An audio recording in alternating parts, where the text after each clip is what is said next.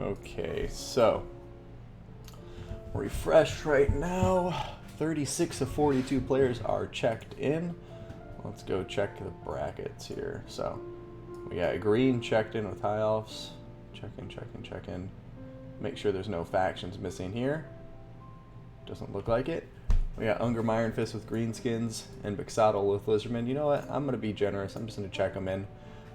Whoever gets these two players, remember that if your opponent doesn't show up for 15 minutes to your match, then you get an automatic win. They forfeit the match, so please be sure to do that. The main reason I have check-in for any of you who wonder and are like, why do you do check-in? If I miss it, it sucks that I don't get to play. And the main reason is I don't like delays, and if you don't do check-in, there's sometimes you'll get a bracket where two people who are no-shows will be paired up against each other, and then there'll just be a big delay in the tournament because nobody realizes neither of those players are there, and they're actually not playing their game, and then it's just kind of a hassle.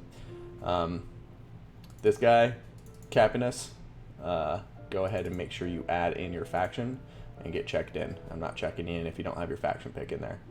Other than that, it's looking good. Holder, need to get that faction pick in there and get checked in. Sergeant Ansi, I'll check you in because you have a faction pick in there. Who else we got? Got factions. Get Crumper, you got greenskins in there. I'm going to check you in. And it looks like everybody else has a faction pick, except for Freddie Mercury. He's checked in, though. So, Freddie, what faction are you bringing, friend? If anybody knows Freddie, please message him. Let him know.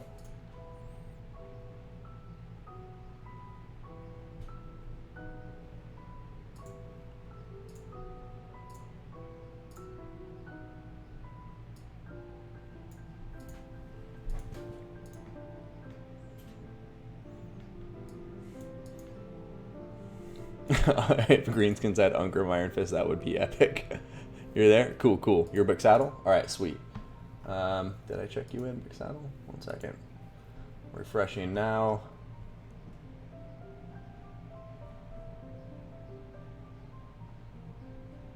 Crazy. Yeah, you're checked in and you got Lizardman. You're good to go, Bixaddle. Right now, the only players we need are Capinocchio needs a faction and he needs a check-in. SSS Holder needs a faction and he needs a check-in. And then down here, Freddie Mercury, we just need a faction. He is checked in. So anybody who knows Freddie Mercury, go ahead and let him know to add in that faction. The Undertaker's playing today. Yeah, I'm guessing, if I had to put money on which one is Archon the Black, I'm guessing Undertaker. But like I say, I don't really care which one it is. I just think it's silly that he signs up with fake names, because his victim mentality is that strong. Here we have steel chairs. Oh, cool. It's not him. Cool. Well, I'm curious to see how he plays. And welcome to the stream was Pigilk. Sorry, man. I'm probably pronouncing it. Weez Pigilk. I'm sorry. I mispronounced that. In any case, guys, without further ado, let's get this tournament underway. So, here we are. Going to refresh the page one last time. Let's go over here to the participants list and take a look through. So, we're going to see that Capinocchio is going to miss check-in and not add his faction, so we are booting him on out of there. Everybody else has their factions in here. If you have reports of your faction, your opponent changing up their faction picks or anything like that, you let me know. I've taken screenshots of the faction pick so I can verify, and I will boot mercilessly anybody who decides to try and cheat and counter pick throughout the tournament. Now, other than this, we get Freddie Mercury. You guys see it here. The reason I have to ban him, I know he's checked in and everything, is if I let him go through and then he sees the first person he's playing and he sees the bracket, then people will accuse him of counterpicking. I'm not going to allow that to happen. I've given sufficient warning. We've been streaming for like 30 minutes now, and we have 2 minutes left in the grace period. But so sorry, Freddie. It sucks because he's like a good player, and I'm imagining this is just a misunderstanding, but he needs to add in his faction.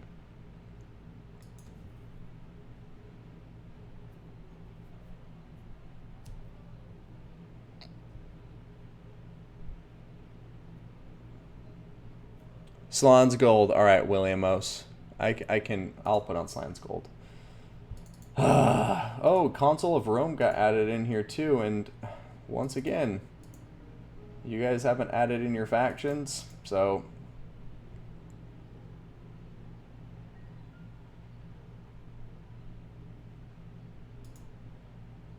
took a Bohemian Rhapsody to the knee. God damn it, guys. I really would like for these guys to just add their factions so I could guilt-free proceed with the tournament.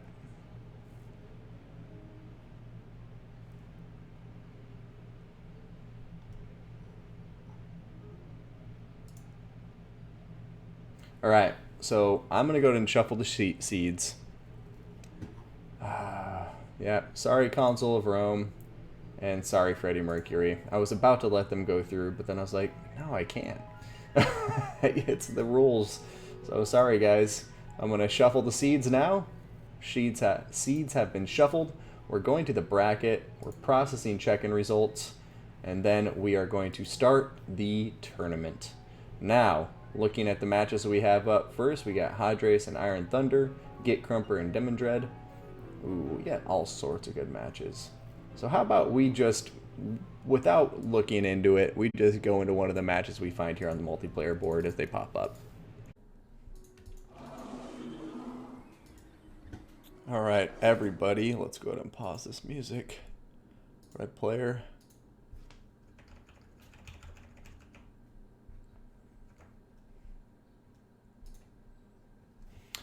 Okay, taking a look at the armies, let's start with... Yes, fuck, yes, missed your man after my own heart. We got 2 Blackguard and Aggron, we got 2 Dread Spears, we got 2 Hydras and a Charybdis. This Charybdis with its crazy tentacle, disgusting mouths, gonna be bonus versus large armor piercing with poison attacks. Got the Chill of Sontar as well. We're gonna have some Dark Riders here behind that front line. On the left flank, we'll have another unit of Dark Riders, and on the right flank, we'll have a 3rd unit of Dark Riders. In the center, we are going to have Malekith atop his Cold One. He is going to be bringing with him Gaze of Malice, Soul Stealer, as well as Chillwind and Power of Darkness. Now, oh, what a sexy army. Let's see how it fares against this Lizardman composition, which is going to consist of a healthy number of skinks. So we got 3 red-crested skinks, 2 skink cohort. We're going to have what appears to be the Regiment Renowned Salamander Hunting Pack, being the Umbral Tide here. Beautiful coloration. These guys are quite cool indeed. They have perfect vigor. We're going to have 2 units of Kroxigor. We are then going to have 2 units of Horned Ones in the forest on the left flank. I believe that rounds out most of the infantry and monstrous infantry, which is going to bring us to our hero squad. So we're going to have here a Skink Priest of Heavens with Wind Blast and Harmonic Convergence. We are going to have an Ancient Salamander up in the front to shoot down those belching fireballs. And then we're going to have a Saurus Old Blood on top of the Carnosaur. This Saurus is going to have what appears to be the Amulet of Itzel and Foe Seeker, as well as nothing else. Now, that rounds out both of our opponent's forces, or our players' forces, so let's let them know we're ready. Good luck, have fun, and we'll get into this fight. I'm really excited to see how this one goes down. We're going to have a monster mash for the ages here. Barely surviving Denver. Oh, Denver's a beautiful place. I love it there.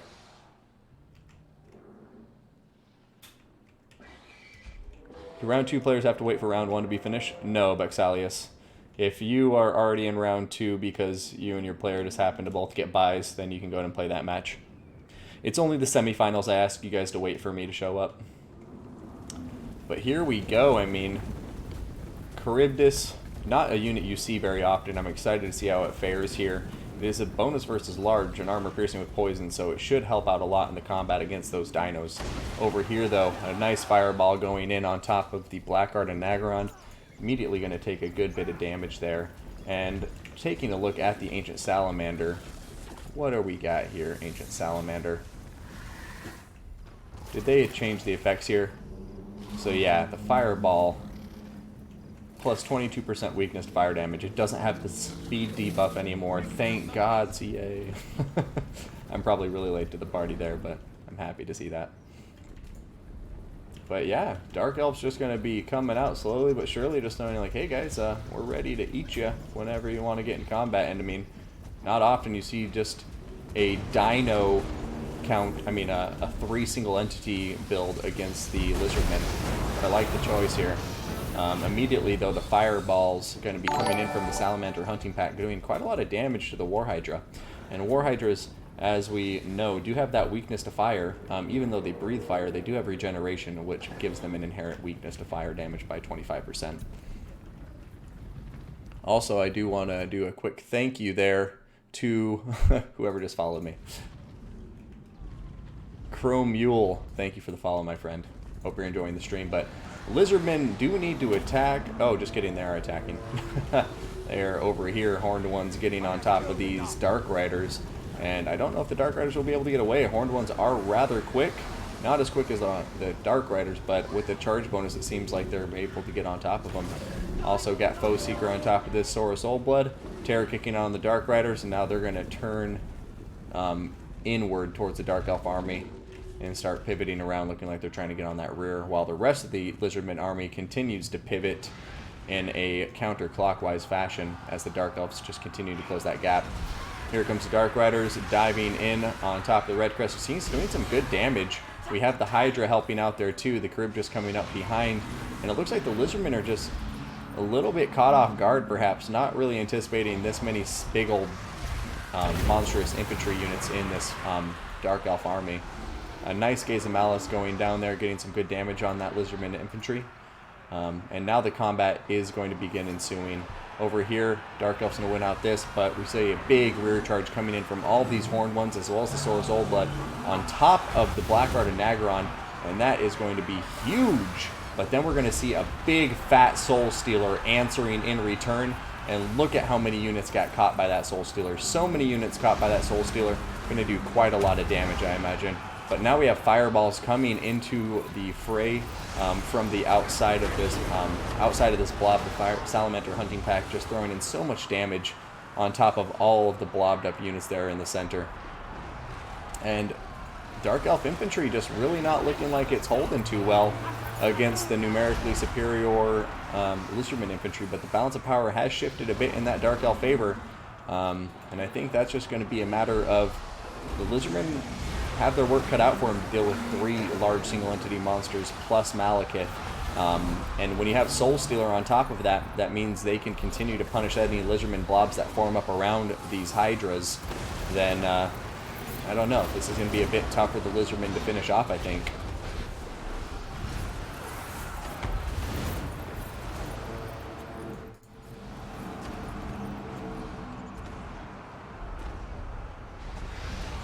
There we go. Going to see the Dark Elves coming in here with some nice rear charges.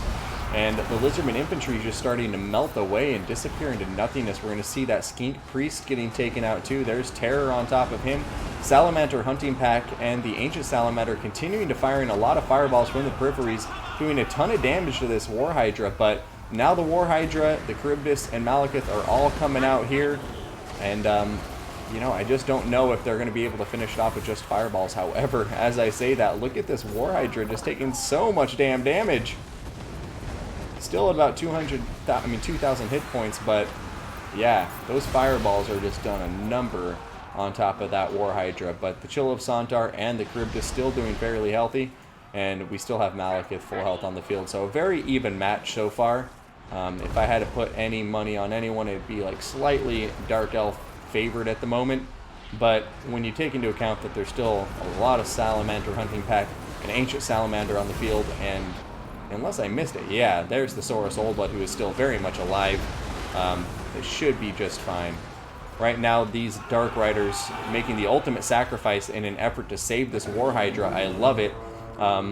Doing their best to distract the Saurus Oldblood, but now the Saurus Oldblood has been re-microed and targeted back on top of the Hydra, and this Hydra probably won't be able to come back from the fight after that. But over here, the Dark Elves are just continuing to pulverize the Lizardman center, and the Lizardmen, like the Kroxigors, are chewed down. Most of the infantry is gone. A lot of the Dark Elf infantry has begun to regroup. The Dark Riders are getting on top of the Salamander hunting pack. A very well placed Chill Wind going down there, and the Umbral Tide is going to be slowed down. And now they have Dark Riders on their rear, going to be harassing them with Spearmen in tow. And I think the writing's on the wall now, and the Lizardmen despite a noble effort, I don't see how they could possibly bring it back now with just the Saurus Oldblood going solo against, you know, 2 single entity models with Malekith and a couple Blackguard and Aggron. Over here, he should be able to take out this Hydra by himself. He does have that bonus versus large and better stats, but yeah, it will be a victory in vain, I think. Coming back over here towards the main engagements, see the Lizardmen have some rampaging Kroxigor coming back into combat, diving immediately out of these Blackguard and Aggron. And the Blackguard and Aggron, although normally would excel here, they're just so weak right now. There's only 2 models left on one of these units, 7 on the other, where it looks like the Kroxigors may be able to finish them off. But aha, a nice charge from these Dark Riders. In comes the Charybdis, and yeah, just like that, the Dark Riders are going to take out the Kroxigors.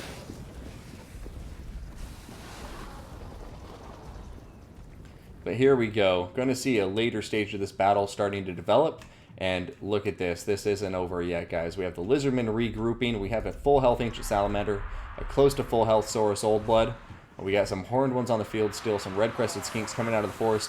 And most importantly, we still have this Skink Priest of Heavens, and his Wind Blast should be more than enough to take care of the rest of this Dark Elf infantry by himself. However, I would have liked to have seen that placement a bit different. Not my favorite placement for that breath spell, as the most damage does come in at the tail end of it. However, Malekith is going to see that Skink Priest down on the ground, and he's going to spur his Cold One into action and start chasing him through the mangrove forest. Over here, Saurus Oldblood is coming towards the Dark Elves now, charging in full blast. And it looks like Charybdis is going to try to turn around to counter his charge, but he's going to think better of it and pull out.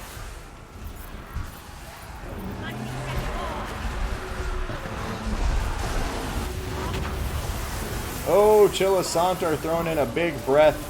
A terror route going down on most of the Lizardmen infantry immediately from there. Right now we have Malekith and everybody else coming in. A Wind Blast coming in, a nicely placed Wind Blast, taking out almost the rest of those Dread Spears. Big Soul Stealer coming down, and now that the melee has ensued, everything is on the table, guys. Will the Saurus Oldblood, Ancient Salamander, be able to take this, or will Malekith, along with the Chilisantar and this Charybdis, be able to take it? And, you know, it's a monster match for the ages, chat.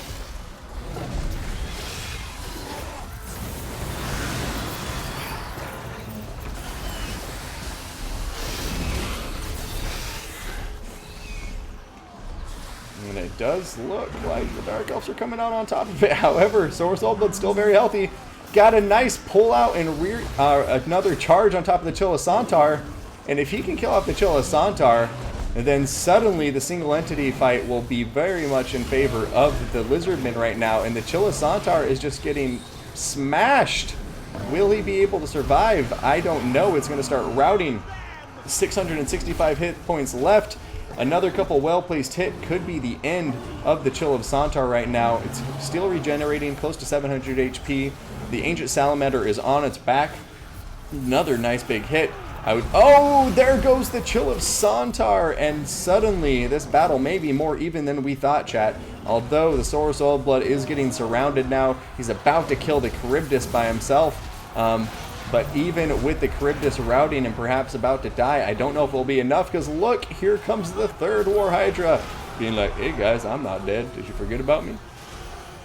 Saurus Oldblood coming out towards him, but yeah, right now, a very, very close fight indeed, but the Saurus Oldblood is going to start wavering, and oh my god, but so is all the infantry. Oh, there goes that Saurus Oldblood, and that is going to be a really good game. Fun first game to watch for sure. But Sacred Band Mist is going to take a very close victory there over Pippington's Lizardmen.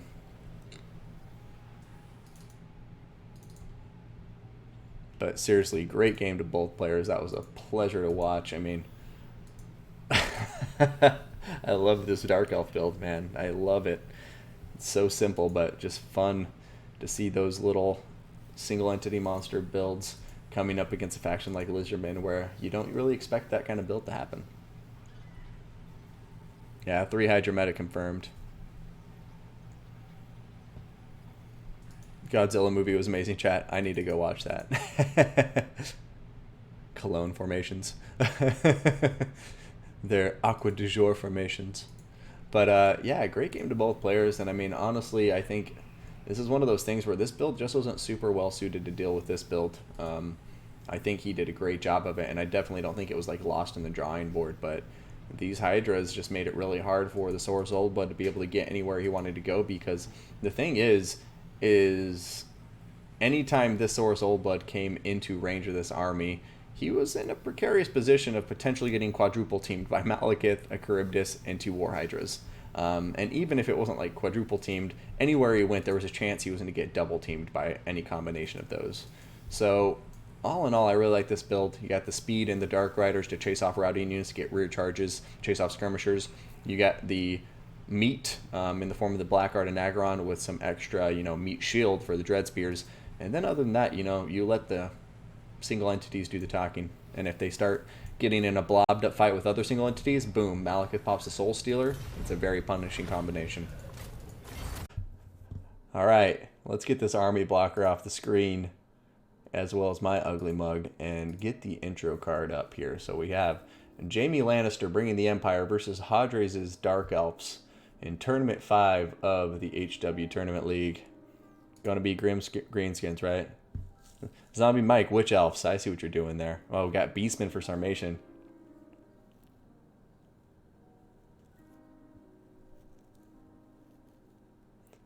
Hello, please advise channels where players play MPRMM. Yeah, sure thing. If you want to send me any links in a private message or something, Mr. Yoshi, if there's Discords you want me to post the tournament links to, please do. And also feel free to share them yourself if there's anybody you want to share with, because I'm not part of all the tournament streams by any means. I mean, all the Discords.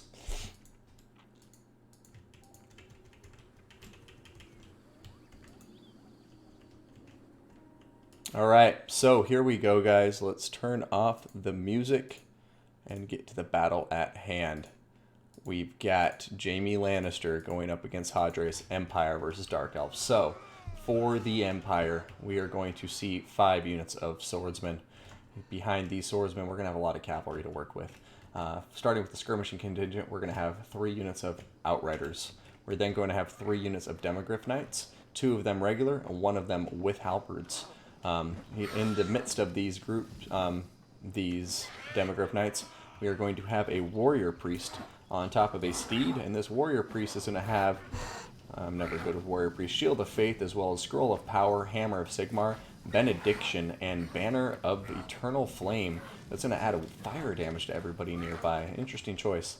Now we are also going to be seeing Boris Todbringer over here. Boris is going to have Shield of Thorns. The Jade Wizard is going to have Shield of Thorns as well as Earthblood and Lifebloom.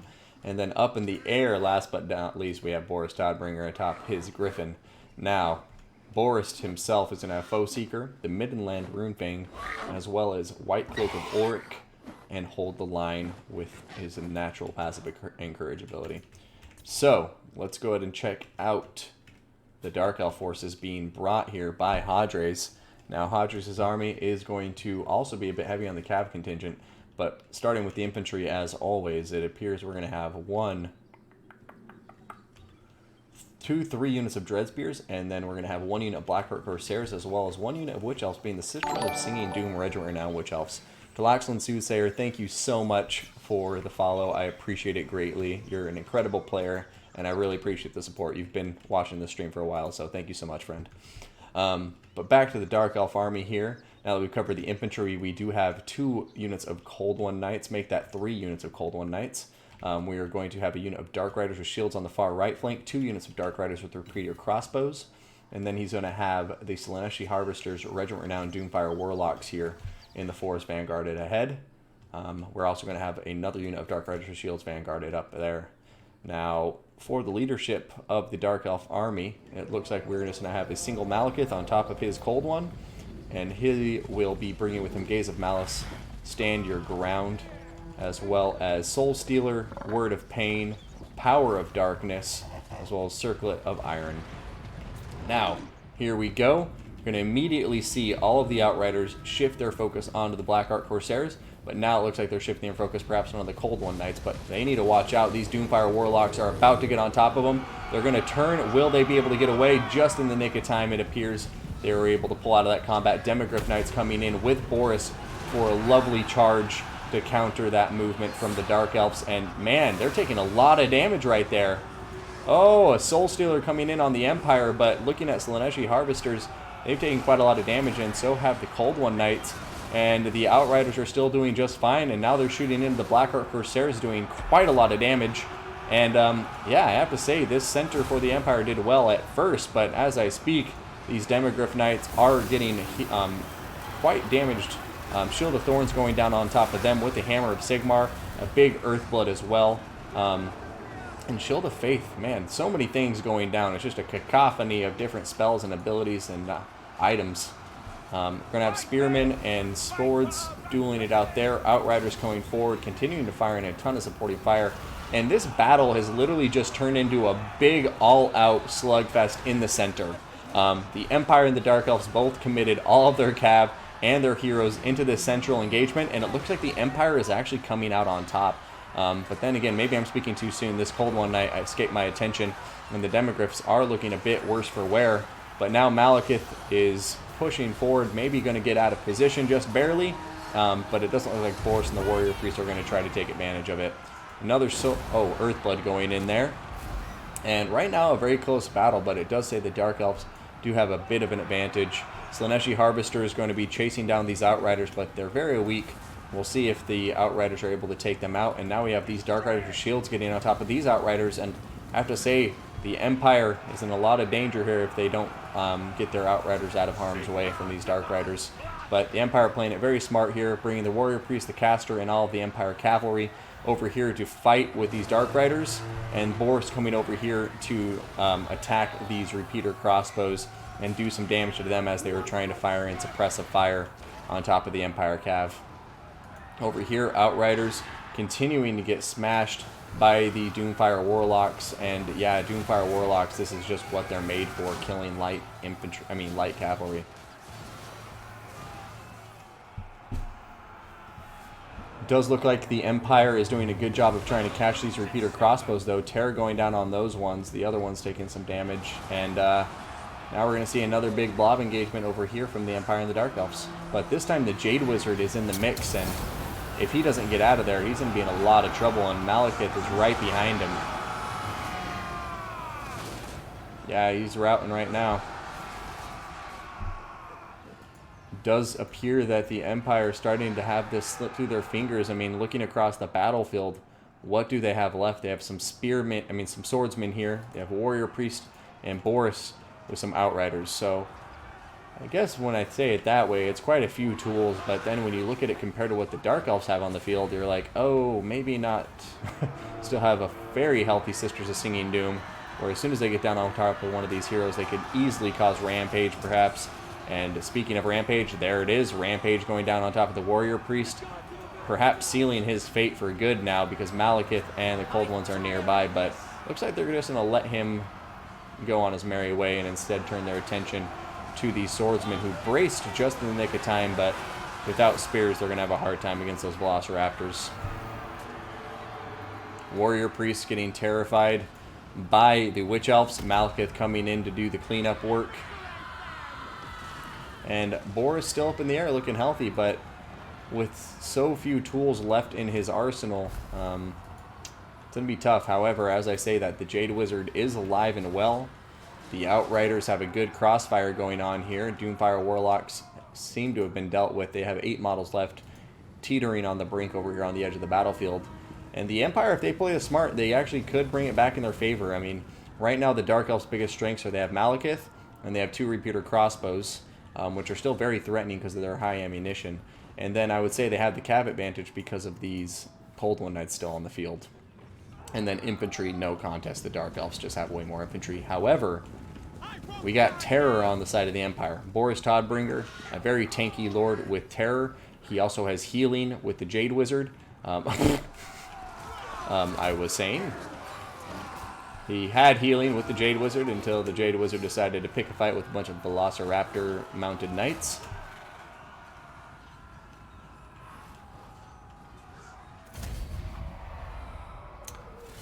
Tough one, but yeah, that's going to be a win for Hadres there with the Dark Elves. Good game to Jaime Lannister. But yeah, I'd say right there he just got outplayed a bit. I mean, the initial engagements looked pretty promising for Jaime Lannister and the Empire in those central engagements. But over time with Soul Stealers, Rampage, and the Bolt Throwers going in there, they just got worn down. And then I think the biggest win for the Dark Elves here was the fact that they were really able to help neutralize these Outriders a lot, keep them on the run for most of the battle. Because these Outriders, if they would have been focused on engagements for more of the battle, I think it easily could have swung in the Empire favor there. But here we go. Sipho's versus Sentencia. Empire versus Skaven. So let's update these faction banners here. My apologies for the delay. Where are you at, Skaven?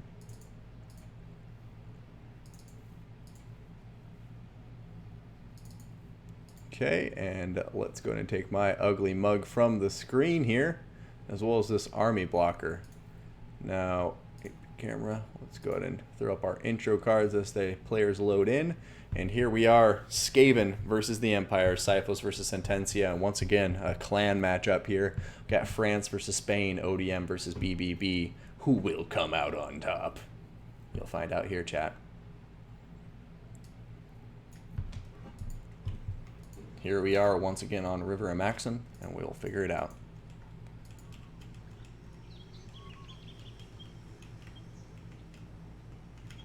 What Empire prevails? Uipo.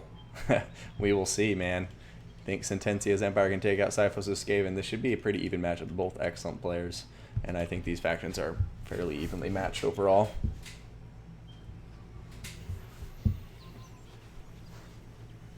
Yeah, Bergerath, it's nice. The meta is in a beautiful place right now. I think everything is feeling very balanced to me.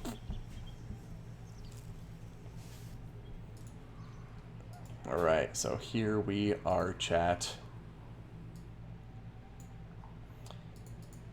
Tank, if you can't contact ODMBS, you can make the lobby, check both of the Discord channels and finding your opponent, and if he isn't there in 15 minutes, you get the default win, so... Viash is somebody I checked in myself, so it's possible that he isn't here. But in any case, without further ado, let's take a look at these armies. So we got the Skaven being brought here by ODM Siphos. Now, his Skaven army, starting with the infantry, will have clan rats with spears, what appears to be 4 of them. He is then just going to have some regular old clan rats, which appears to be 4. We're going to have Skaven slaves, going to be 4 of them total. And then for the rest of this army, we're going to have to get focused on the range units. Now, first things first, starting with the longest range, we got the Warp Lightning Cannon. The Ikit-Zap going to have that lovely ability recharge debuff, so increase the cooldown for abilities. He is then going to have Warplock Giselles, as well as Rattling Gun Weapons Team, and another unit of Warplock Giselles. Good combination there. A lot of damage that can come down. And then we have Natty Boo Boo Sharpshooters up front. So a second unit of Warplock Giselles. We are going to see 2 units of Doom players on the field. And aside from this, what am I missing? Nothing besides the leadership. And the leadership will be a Gracier of Plague on top of a Screaming Bell. And boy, oh boy, is that aptly named. He is on a bell and he is screaming. With Arcane Conduit, Vermintide, Bless with Filth, Unholy Clamor, and Scorch, along with Plague Rash, and the Wall of Unholy Sound. Now, for the Empire player, we have Sentencia. He's going to be bringing a lot of cheap units. So we're going to see 2 units of Swordsmen, 3 units of Spearmen. We are also going to see 2 units of Flagellants for that Unbreakable Infantry. For the Artillery and range units, we're going to have 2 Great Cannons, pretty far deployed back, looking like they're going to be here to try to counter the Zap. But with all the Warplock Giselles, we'll see how they fare. We're then going to have a unit of Pistoliers. Is that going to be the only unit of Pistoliers?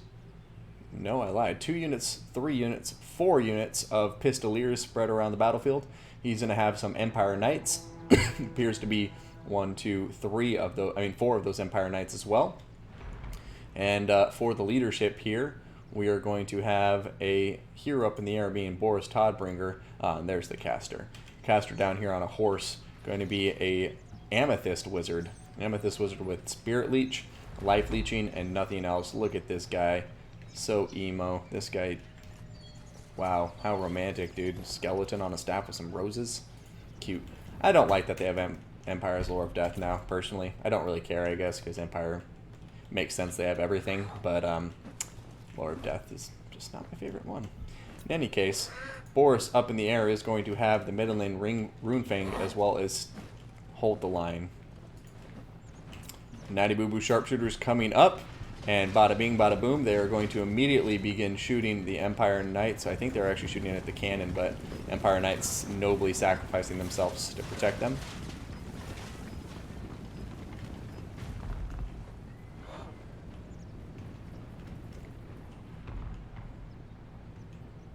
Okay, so it looks like the cannon is pushed forward. We're going to check its targeting, but it looks like it is going to be targeting the Rattling Gun Weapons team. Interesting. Right now, the artillery duel definitely seeming to go in the favor of the Skaven, as they do have those, you know, the range units to support their artillery as well, and the Great Cannons just don't seem to be getting too much damage done, although... Alright, where are you targeting? Yeah, they're hitting the Rattling Gun Weapons team, really trying to take care of this speed debuff unit with their armor-piercing rounds. You're going to see over here Swordsman diving into combat, but immediately wavering, probably going to rout pretty soon here, as the Screaming Bell comes bulldozing over him. Coming over here to the right side of the battlefield, we're going to see the Empire Knights trying to dive in on the Clan Vulcan Tail Slashers. Clan Vulcan Tail Slashers with their fire damage. Going to be holding out their own pretty well here against the Flagellants and the Empire Knights. And they have the Doom players in there supporting. And right now, unfortunately, it just doesn't look like the Empire is having a really hard time finding any weak points to exploit for this Skaven army. And it's the artillery here. I'm trying to see what the end game is. So now I'm still not exactly sure what they're targeting. Over here, we're going to see the Pistoliers getting shredded by the Warp Lightning Cannon as well as the Rattling Gun Weapons team. And now we're going to see the Great Cannons. Yeah, it looks like they have been targeted on top of the Grace here of Plague, and I really like that choice. Got to take care of these large single entity terror-causing units for the Empire to have any chance in hell. And it's just unfortunate that I don't know if the cannons will be able to get the job done before they're taken care of. There goes one model. At this point, it's actually impressive that they've only lost one cannon.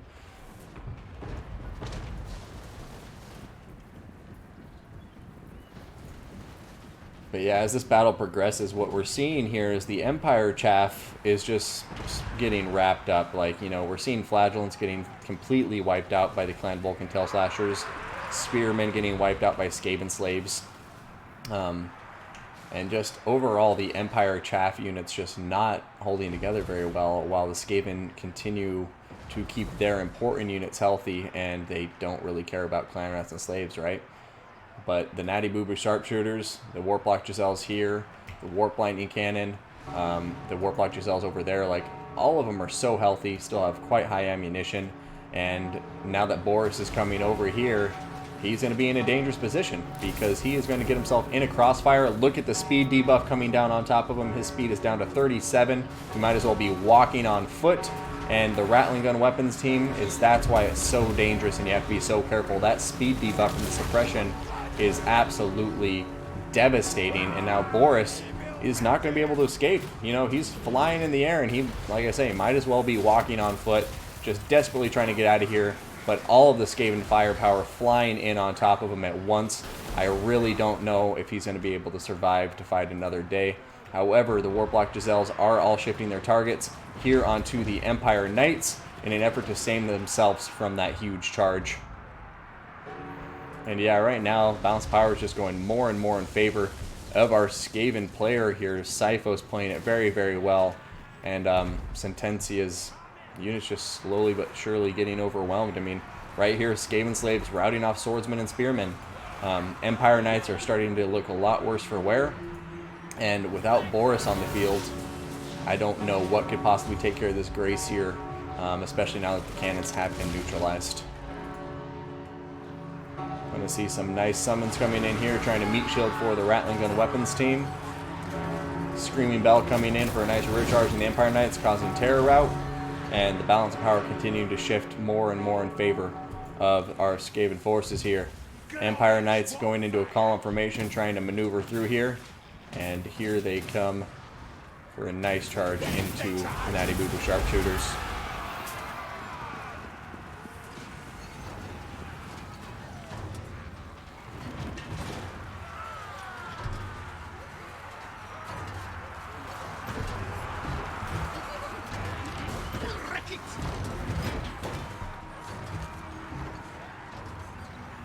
Yeah, I mean, at this point, I would say the writing's on the wall. Great game to both players.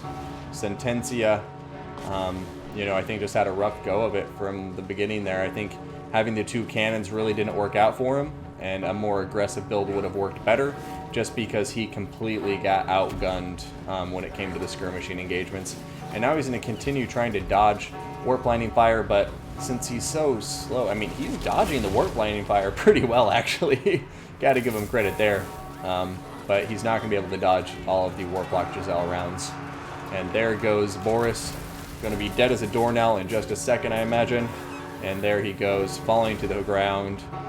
Now that the Empire leader has fallen, the rest of the forces shouldn't be too far behind.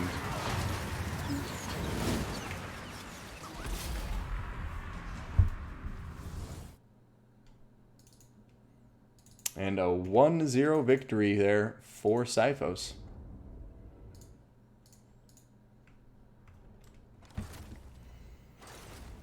Classic all Vanguard Empire, yeah. You just needed a bunch of brackets and grenade launchers, dude. That's the key. I mean, what did I say? Brackets. Grenade launch. Mortars and grenade launchers. But in any case, I mean, a great game to both of them. I just think, yeah, it's this build really worked well against what Sentencia had on the field. And my one personal thing that I just don't agree with, I don't like the Amethyst Wizard in this build. I would have much rather have seen, you know, Manticore summon, Flock of Doom, something like that, just like to deal with the massive amounts of infantry you'll see from the Skaven, you know, a burning head on a flame wizard, something else. I feel like the lore of death against Skaven isn't my cup of tea, but then again, Sentencia has been playing probably longer than I have, and is arguably a better player, so great game to both players, but yeah, not my approach when it comes to the Skaven with the Empire build. Let's go ahead and remove the army blocker, as well as my ugly mug, and get this match intro card up on the screen as we go into our next battle. So, tournament number 5, Demandred with the Tomb Kings versus Low Zeros, Warrior of Chaos. This is a best of 1, as we are not in the semifinals yet, so we'll see how this goes.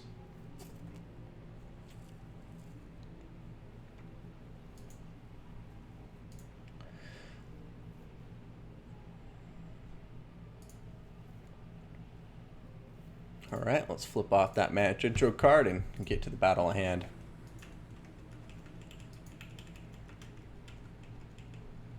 Skeleton's moving, let's fall back. Oh, I do what I can, Wander Whale. That's all shout out to Party Elite for creating that tool. Heads up, you know, there's certain factions that are on it, like Vampire Coast isn't on it. So if we ever have any Vampire Coast players, which I actually don't remember seeing besides Saratosa, I'm not sure if we have any Vampire Coast players still in the tournament, but if we do have any of them, I won't be able to use that fancy faction intro card screen because I don't have them added to it. 1 Tomb King, 1 Saratosa. Ooh, man. Pretty light on undead factions today.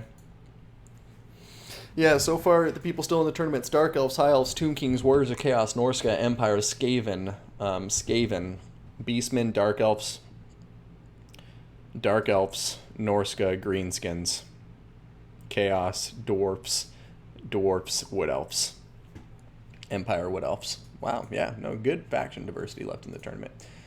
But in any case, here we go. Let's take a look at our Tomb King player first, and in his army, we are going to see the infantry first. We're going to have 4 skeleton warriors. Aside from that, we're going to have 2 Ushabti with great bows, 1 regular Ushabti.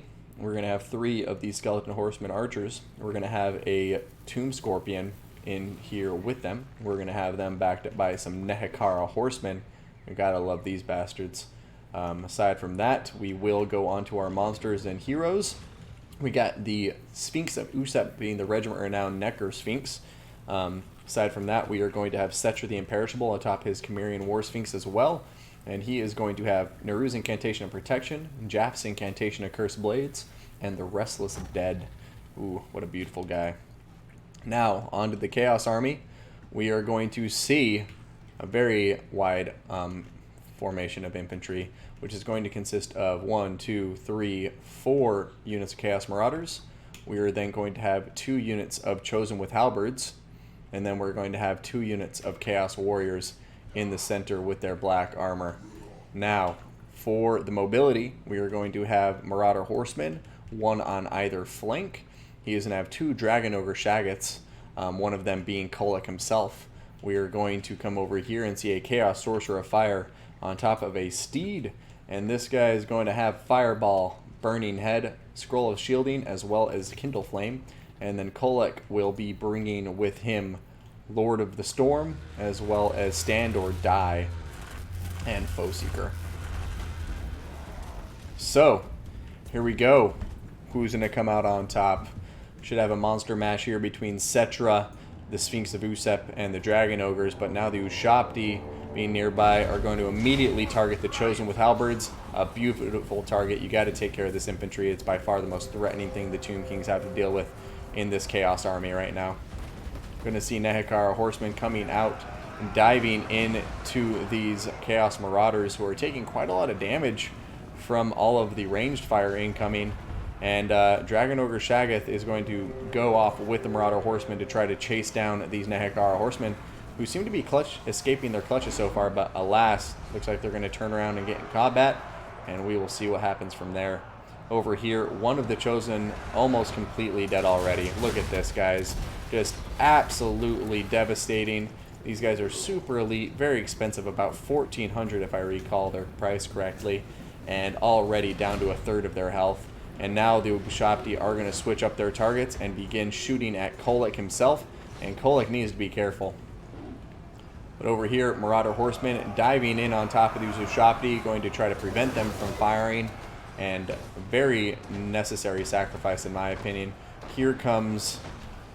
what? Oh, is that a Lord of the Storm? Yeah, Lord of the Storm going down there, but actually doing quite a lot of damage on top of the Marauder Horsemen themselves. But now the Chosen are in that combat, and they will excel. They're low on health, but they should be okay. Chosen over here getting combat with Settra as well. He's going to charge through them on that initial one without too much issue. His mass pulling through easily. Looks like the Fireball actually missed Settra. Embarrassing. Look, Fireball. Shameful display. But oh my goodness, how did I miss that? I am so sorry, chat, but over here we completely missed the Necker Sphinx of Usep getting completely just bulldozed, it would seem, by the Dragon Ogres, and they had to have bulldozed it because we didn't even see it happen. It must have been a quick affair, right? Or I'm just completely aloof. Either one is equally likely, I'm sure. Over here, though, we're going to see the Chaos Warriors being more than enough to take out these Skeleton Warriors. The Marauders and the Warriors both doing just fine. Fireball's continuing to go down on Settra, and he's taking quite a lot of damage. And now the Chosen with Halberds are coming into combat, and it looks like the Tomb Kings are having a tough time of it right now. We will see how they fare as the battle wages on. They do have plenty of skirmishing units left in the field, but it's a matter of if these Ushabti can get freed up so they can start fighting or not. Because right now, Kolek is doing an excellent job of smashing up a lot of these single entity monsters. Tomb Scorpion is trying to get the hell out of there, deciding I don't want to fight Kolek anymore. Chaos Warriors deciding they'll be just fine on their own. So Kolek is going to pull out of there and join his Dragon Ogre friend up here into combat against Settra the Imperishable, see if he can't help persuade him to perish. Another Lord of the Storm going down here. I'm not really liking this decent casting target, but would have preferred to wait till it was a bit more blobbed up. But here we go, double Dragon Ogres with the Chosen and Halberds all on top of Settra. Will Settra be able to survive this? That is a big question. Tomb King's bringing everything they possibly can to try to help him out. The Dragon Ogre Shaggoth trying to pull through all these skeleton horse archers, get on top of the Chosen of the God Ushabti. And yeah, if the Tomb Kings win this, it's going to be solely because of their firepower. And right now, the Ushabti have a nice crossfire going down. An Ushabti summon coming over here to help pin these Dragon Ogres in place a bit more, I imagine. And right now, it's anybody's game. Tomb Kings is definitely on their heels. The Chaos Warriors looking pretty strong right now. But they're about to take out one of the Dragon Ogres. I can't imagine the Dragon Ogre getting out of this alive, considering there's just so many units around him that have free reign to fire in. And the Ushabti summon's also on top of him. But Chosen with the Halberds are coming into this combat, and right now the Tomb Kings need to focus all of their firepower on killing them. Looks like their ears are burning. They heard what I was saying, because they're going to start firing in immediately. But yeah, balance of power still very much in favor of Chaos Warriors. Kolek going to go ahead and take care of this Tomb Scorpion to try to, you know, remove as much of the important units from the Tomb King army as possible before he has to turn around and face off against those Chosen of the Gods. But he has to be careful. You know, they have quite long range. He needs to get further out of the way if he wants to survive. Looks like Setcha the Imperishable low on health, but still alive. Chaos Warriors coming down to try to get in combat with him. But honestly, at this point, send all of your infantry, tie up the Ushabti with great bows, and then don't worry about anything else. And right now, it looks like the Chaos Warriors are about to pull this into their corner in a very convincing fashion. The balance of power almost 3/4 the way in the Chaos corner. And now that we have a Shaggoth that has stopped routing, Kolek, who is still decently healthy, and a lot of the Chaos infantry coming over here to compromise these Ushabti with great bows, I think the writing's on the wall, as I like to say, and Chaos will be able to take this victory home, knocking out one of our few undead players from the tournament. There goes the Shatter, and Chaos is going to win that out. So good game to both players, and Chaos going to proceed to the next round.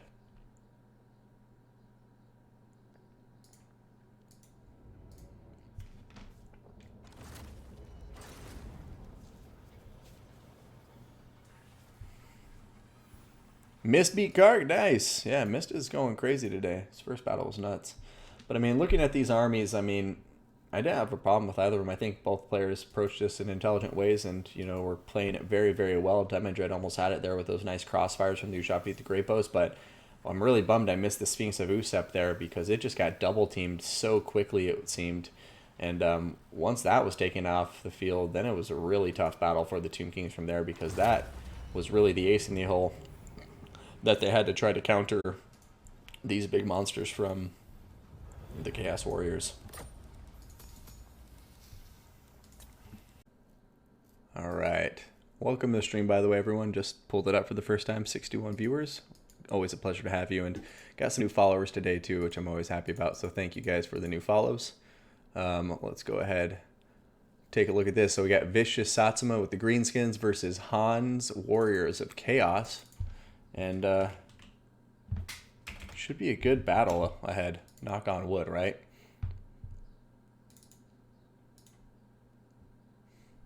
Pillar of Bone is the map once again. And now that we are loaded into it, we can go ahead and take off this intro card and get to the battle at hand. So Army Blocker off, My Ugly Face off. And here we go. Han versus Vicious Satsuma. Just going to move that over a little bit because it bothers me. So, starting off with our red player this time, we got the Warriors of Chaos being brought by Han. Newer player to our tournament scene, so wish him the best of luck, and we'll see how he fares here. We got two Marauder Horsemasters. I love those picks, with a Marauder Horseman with throwing axes for that armor-piercing variant. He's going to have an infantry consisting of 3 Marauders, as well as 2 Chosen with great weapons.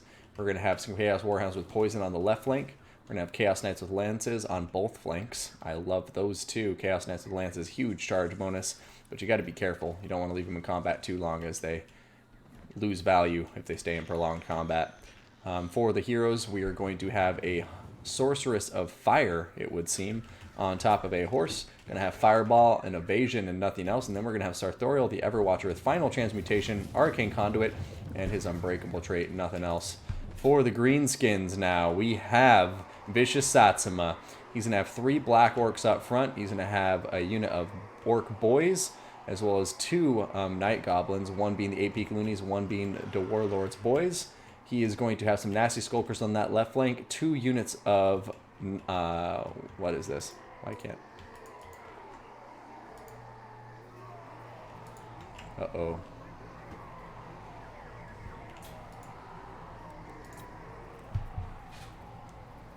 No. Looks like it's frozen. In any case, we'll finish it off. So it looks like we have some... What is this? Orc Error Boys, so 2 Orc Error Boys on the field. We are then going to have another Nasty Skulker, which I missed. We're going to have a Goblin Big Boss on top of his Wolf. He's going to be bringing nothing. We are going to see an Arachnarok Spider, not the Queen. Interesting. Going to be here. Going to have a Night Goblin Shaman with Itchy Nuisance, as well as Wand of Jet on foot. And then we're going to have Wurzag up on top of Spleen Rippa, his boar. And he's going to be getting fireballed, it would seem. So he's going to be precariously trying to pull through these units. And, ooh, we're going to take a little bit of chip damage there. Not the most, but still a good little bit of damage from that fireball. Effigy to get is going to be on him, as well as Here We Go, Gaze and Mork, Bonewood Staff, and Squiggly Beast with Warpaint of Wurzag. Now, here comes the engagements. The Chaos Skirmishing Cav coming forward, but the Orc Error Boys immediately going to zone them out with the superior firepower of their own. Mogram's Mangy Marauders on the right flank have that armor-piercing Regiment Renown Goblin Wolf Archers. And then we're going to see the Goblin Big Boss come out a little bit too far and take a face full of Javelins. And the Arachnarok Queen's also going to be turning around. Fireball coming out once again. Is it going to strike home? It is indeed. He's not even going to try to do a little juke to dodge that. Wurzag just going to eat it to the face. And here he goes. Right now, Nasty Skulkers are in very close range. Are they going to pop off that smoke bomb? There goes a wah. We need a smoke bomb. We need a smoke bomb. Smoke bomb going in. Those Chaos Knights with lances are dead as a doornail. Nasty Skulkers and Black Orcs are going to completely pulverize them now that they're slowed down. We're going to see Black Orcs over here on top of Chaos Marauders doing quite a lot of damage. Poison Warhounds chasing Mogram's Mangy Marauders. The Wah has been popped a while ago, and it was perfectly timed. I have to say, these charges are going down beautifully for the Greenskins. Black Orcs on top of Marauders and chosen with great weapons. We have the Arachnarok Spider getting on top of Sartorial now. The Chaos Knights with lances stopped routing for a moment, but are going to start wavering and routing almost immediately as the Black Orcs and Nasty Skulkers come in. And right now, the Chaos forces looking like they're a bit caught off guard, and the Greenskin Infantry is just having its way with them. The Chosen with great weapons are still holding strong, but the rest of the Greenskin Infantry is just pulverizing everything besides those Chosen with great weapons. Over here, Chaos Knights trying to get around into the backs with their Poison Warhounds. Nasty Skulkers trying to get on top of them. Going to be curious to see if a smoke bomb comes down here soon. An Itchy Nuisance looking like it's about to go down on top of these guys. Going to give them a lovely speed B buff. Yep, as you can see, the speed... Oh, no, sorry. Weapon damage and melee attack. I was thinking of Gorkle Fix It. But in any case, we're going to see Wurzag getting caught in combat right now. Final Transmutation going down, and Final Transmutation is just melting Wurzag, and oh my goodness, he's getting double teamed by this Chaos leadership, and Wurzag is going to die. There goes the Night Goblin Shaman routing, and the Goblin Big Boss is now wavering and perhaps going to rout. We're going to have more Greenskins coming in here to help support the combat, but man, that's a big loss. The Greenskin leadership all either dead or routing right now. And that's going to be a big problem because the Chaos Forces, although they've taken quite the pummeling from the rest of the Greenskin army, as long as they have Sartorial alive, he's unbreakable, and his terror will be so powerful as long as the Greenskin leadership is compromised like it is right now. I'm going to see some lovely Fanatic play coming down here as those get pulled through.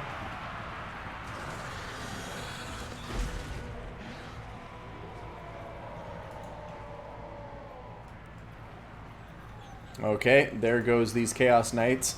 Looks like the Greenskins are going to be able to pull this out nonetheless. Balance of power is a bit in their favor. And as long as the Arachnarok Queen stays alive, they should be in a good place. Fireball is coming down, though, and this time it is targeting the Arachnarok Queen. She has 150 armor. So it should be... Oh, just kidding. It wasn't targeting them. I guess it was, and it missed, and then hit the Marauder Horseman. Either way, didn't go according to plan for Chaos, it would seem. Over here, Sartorial in combat with the Chosen with great weapons and the Black Orcs. He's going to be pulling out of there like, ah, Big Bird, I got to get the fuck out of here. But a Ragnarok Spider coming in behind, like, hey, need to deal with this guy. As soon as Terror is off the field, as soon as the Chaos leadership is off the field, then the Greenskin should have into the bag without too much issue. Because really the only way I could see Chaos bringing this back is some really well-timed terror routes that are followed up with some good chase-offs by this Marauder Horseman cav. But right now, those chances are becoming slimmer and slimmer. But Sartorial able to pull into safety. Ragnarok Queen going to call off the chase as the Marauder Horsemasters start throwing javelins in. Now the Orc Arrow Boys instead going to start firing in. Sartorial has a lot of missile resistance, but with such little health, they should be able to get enough chip in there to take care of them. Meanwhile, we're going to see Orc Boys diving into Chaos Marauders. Chaos Marauders going to think better of it and try to pull away. These Chosen are just doing so well. Like, they're getting killed, but man, they just won't rout no matter what. They're tough buggers.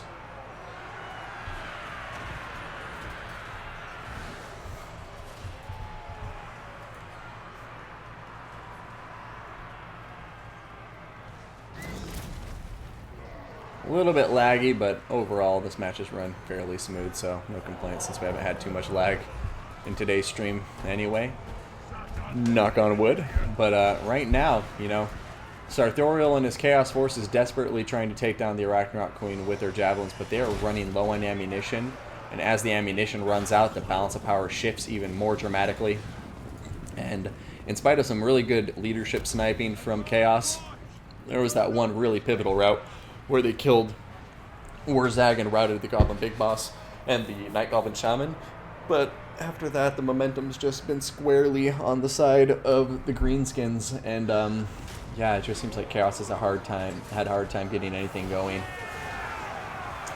Sartorial going for his trademark cycle charging with that lovely flight animation.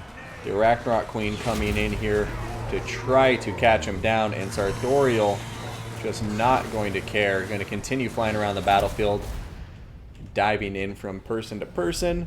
But alas, even his unbreakable crazy cycle charging is not enough to save the Warriors of Chaos from the Green Tide.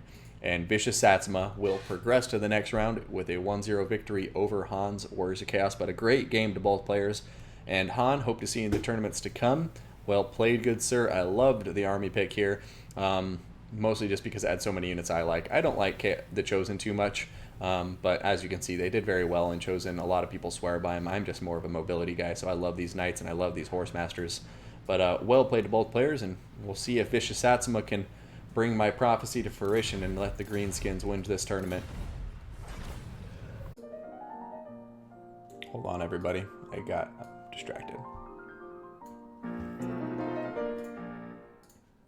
Army blocker off, HP camera off. Let's do the intro card really quick. So we got, Falcons Norska versus Vicious Satsuma's Greenskins. And in these armies, guys, we are going to have the following loaded into the map. So, coming over here to the Norscan forces, for the infantry, we are going to see 4 units of Marauders. He is going to have 3 units of Marauder Horsemen. He's going to have the Miststalkers, Fimir Warrior, Regiment Renown. He is going to have 2 Mammoths on the ground. He's going to have a Frostworm up in the air. Frostworm going to be awesome. Now, for the heroes and monsters, we got the Soul Crusher War Mammoth. We got a Fimir Bellfiend of Shadows right here, guys. Going to have Penumbral Pendulum as well as Melikos Mystifying Miasma from the looks of it, unless I misread that. No, Enfeebling Foe and Penumbral Pendulum along with Arcane Conduit. Now, for the leadership general, we are going to have Wolfric the Wanderer with Hunter of Champions, Call to Violence, and just kidding, it's not Call to Violence, whatever his is called. Damn, stop moving around so much, Falcon. So here he is, Fight or Die, and Sea Fang. Now, taking a look at the Greenskin army being brought here by Vicious Satsuma, Vicious's army will be vicious indeed, and it will consist of 1, 2, 3 units of Savage Orc Biggins. He's going to have some Orc Boys, 2 Gobos up front. He's going to have 4 units of Goblin Wolf Rider Archers up in the front, make that 5. He's going to have a unit of Forest Goblin Spider Archers with a Big Boss on top of a Wolf on either flank. Yeah, Forest Goblin Spiders with Big Boss on Wolf on either flank. In the very back, we'll have the 2 Night Goblins, the Warlords Boys, and the 8 Peak Loonies. He is then going to have 3 units of Trolls, which I absolutely adore, as well as a hero who will be Wurzag on Spleen Ripper once again with Effigy to get Wah, Brainbuster, Gaze of Mork, Bonewood Staff, and the Warpaint of Wurzag. And here we go, guys. The battle is underway, and let's see who comes out on top. So immediately we're going to see Norsca pushing out here with their skirmishing contingent, trying to go up and skirmish with these greenskins. But the greenskins have a very strong skirmishing contingent of their own, and they're immediately going to start firing into the unshielded right flanks of these marauders. 5 of these guys, the damage will stack up, so curious to see how they fare. Meanwhile, over here, we're going to see the greenskins doing a good job wedging their formation against this terrain feature, and they're going to be sending their Forest Goblin Spider Riders and Goblin Big Boss out, actually, on top of all these Marauder Horsemen, and I'm a bit worried about that, because now we're going to see the Frostworm diving in there, doing quite a lot of work.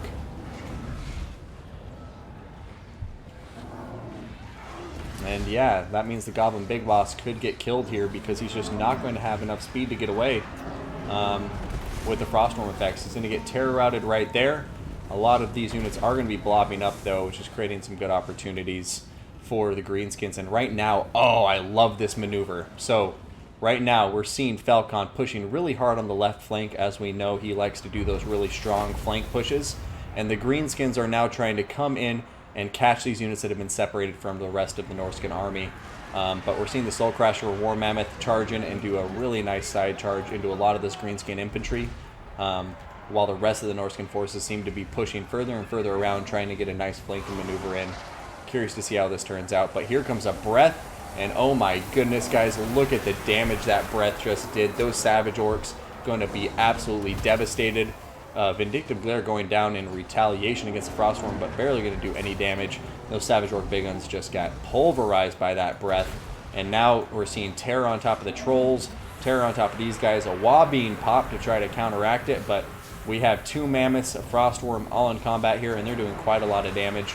All of the Wolf Rider Archers are firing in, doing some decent damage here, but they're going to need to get a lot done since they have about 9,000 HP on top of that Soul Crusher War Mammoth. He also has Enrage on for 44% ward save, which means he's negating almost half of that incoming missile volume. But I just heard a Sea Fang opening up, and there it is. And let's see what kind of damage this bad boy does. And unfortunately, we are going to see a little bit of lag there. But here comes the Sea Fang. Oh my goodness gracious, it's actually going to go right through the money spot, doing a good bit of damage. Yeah, I don't know. This is looking good for Norsca right now. The balance of power is giving them the favor, and I have to say, just like with how little damage has been done to these mammoths right now, they're in pretty good shape. But here comes Effigy to get. We're seeing these big old pins pinning him in place. He is taking a lot of damage now. All of the firepower is being focused on him. Looks like over here we're going to be seeing the Penumbral Pendulum coming through here. And oh my goodness, when it comes to breaths and magic, we are seeing Falcon doing so much with it. Like the Breath from the Wyvern, Penumbral Pendulum, Sea Fang, all of these different abilities and magic have been used to great effect to really do a ton of damage to the greenskin front line. And now Wulfric is really not in the best of place when it comes to health. I mean, he's probably still above 4,000. Yeah, because mammoths just have such high HP pools. But some really good damage dished out from the greenskins right there. We'll see if they switch up their targeting now that Wulfric is pulling back, or what is going to happen here. Meanwhile, the Trolls and the Greenskin Infantry have started to stabilize, it would seem, and they're doing okay against the Marauders now. But here comes a big Breath, and the Trolls are going to pull out just in the nick of time, and really good job there preventing that from being as disastrous as the first Frostworm Breath was for the Greenskins. Wurzag pulling back, trying to help regroup some of these Trolls. Trolls going to be pulling back into combat, and I have to say, this lag is no fun.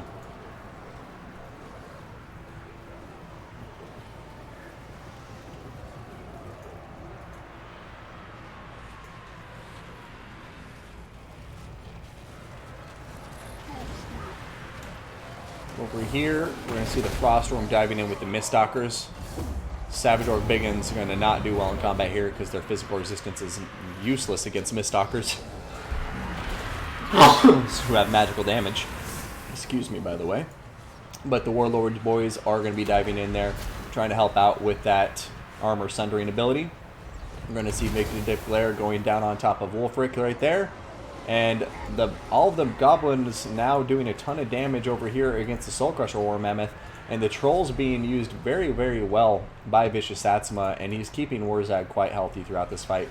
And over here, I do want to point out, the Miststalkers are actually getting taken down. They've taken so much damage. The Warlords boys, plus the trolls and Savage Orc Biggins seeming to do the trick. But now Wulfric has dived in for a nice rear charge, and that may be enough to start getting a terror route on top of some of these trolls if he's not careful. But man, oh man, what a close fight indeed. We're going to see the Norskins continuing to run around with their skirmishing cav, taking care of the lighter units for the Greenskins. And right now, this Froststorm has been untouched, and its breaths have been absolutely critical to the success of these builds. But here comes another breath, I would guess. And if the Greenskins aren't careful... Oh, no, just kidding. It's diving in for a charge. But there goes a route. The Miststalkers are on their way out. And, oh my goodness, guys. This battle, I think, is getting very, very close because we're coming up on some very key engagements here. Soul Crusher War Mammoth is doing very well for itself. However, the Goblin Wolf Rider Archers, for the most part, are all still pretty healthy across the board. We have all of the Marauder Horsemen now diving in to try to change that. But as they're doing that, Wulfric is in here getting close to 2,000 HP points. And Norsca, unlike some other factions, has no access to healing. So the damage he takes is going to be damage he keeps. And we're going to get to see it happen all in slow motion, guys. It's going to be beautiful. I did this on purpose. This battle's slow motion on purpose. It's not lag. I promise.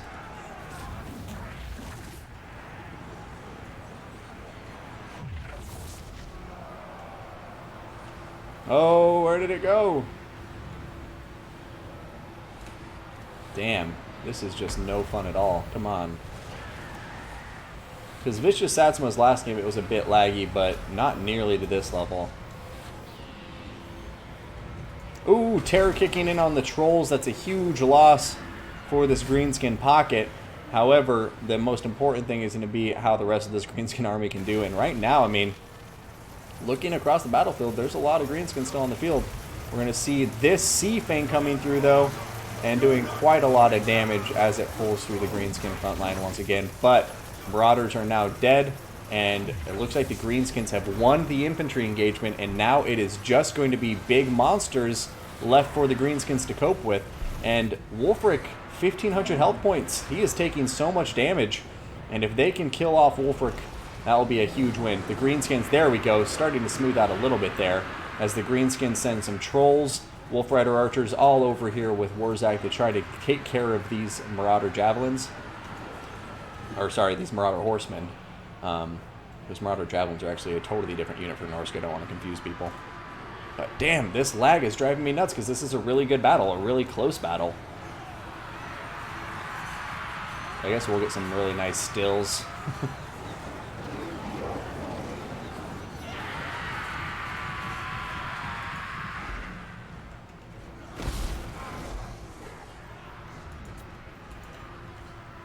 Yeah, this is dumb.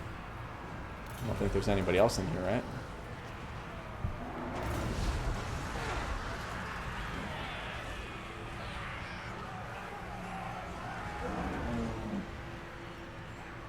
Yeah, I think this might be a Greenskins victory. Just because as I'm looking across the field right now... Oh no, but the Wolf Rider Archers are running lower on ammunition, so they need to focus on killing Wulfric right now, otherwise it's going to be a rough go of it. But I've only seen one effigy to get used so far, which is another reason I'm kind of worried for Norsca chances right now, because one more effigy to get could be enough to finish off one of these mammoths, as long as they time it right with the missile support. In come some trolls. I honestly, as the Greenskins, wouldn't send anything into this at the moment. Maybe give it a little bit more time, just wait for it. Wulfric down to 665 health points left. Wolf Riders are on top of the Miststalkers right now, trying their best to kill him off. I don't know if they're going to be lucky or not. But, yeah, Falcon getting the terror route in there, and he is just narrowly going to survive with Wulfric right there. But that means this engagement over here is no longer going to be supported by Norscan leadership, and, you know, Norsca is going to need their leadership in this late stage of the battle. But granted, Soul Crusher War Mammoth, Fimir Belfiend, Frostworm all seem to be doing well in this prolonged combat so far. And Wulfric the Wanderer just going to make himself content staying away from the battlefield, recognizing that if he dies, his chances of winning this fight are going to decline very sharply. Effigy to get, and let me know if I'm wrong, chat, but I have not seen another Effigy to get cast yet, so where is this going to be throwing down? Soul Crusher War Mammoth, man, look how low on health it is getting. It's going to be popping in rage, though, so it's going to be negating 50% of that damage. We need to see Warzag get the hell out of here. Don't stay in combat there, Warzag. Oh, no. Warzag, what are you doing, man? Warzag, what are you doing? I'm not trying to play favorites. It's just one of those things where I'm looking at Warzag and I feel like Vicious Satsuma has worked really hard to get back to a good place, and he could very well throw it away if he just leaves Warzag in this fight. And there he goes, trying to pull out. Enfeebling Foe is on top of him, but now, yeah, see, this is what I meant. Why'd you pull him into combat? Why? If he loses, it's going to be because of that decision. Yeah. Yeah, this is a very, very close fight, and I think Vicious Satsuma may have just thrown it away. I think he did. But Effigy to get going down there. Why at that point is when you use it. Yeah. Damn, a really close game, but not to be harsh, he threw it away. He threw it away, absolutely. That's a really disappointing way to see somebody lose that battle, because up to that point, Vicious, I think, really did enough to pull it back into his corner. But now it's over. There's no way he's going to be able to regroup. Warzag is getting smashed by Soul Crusher War Mammoth, and that's why you got to be careful, guys. Yeah. Sorry, Falcon, when you watch this replay, you'll probably think I'm, like, bummed that you're winning, and it's not that. I'm never bummed when one player wins over another. Well, that's not true. There's some players I don't like. In this case, both of these players I like, and it's more so just, yeah, he didn't need to lose that. I don't know why he put Warzag in harm's way. He had a full health Warzag. He had an Effigy to get in the pocket. He could have saved it for a prime moment and then won from there, but instead he's going to lose this battle because of a lapse of judgment as far as I'm concerned. But let me know if you disagree in the chat and so forth, but yeah, I don't know about that.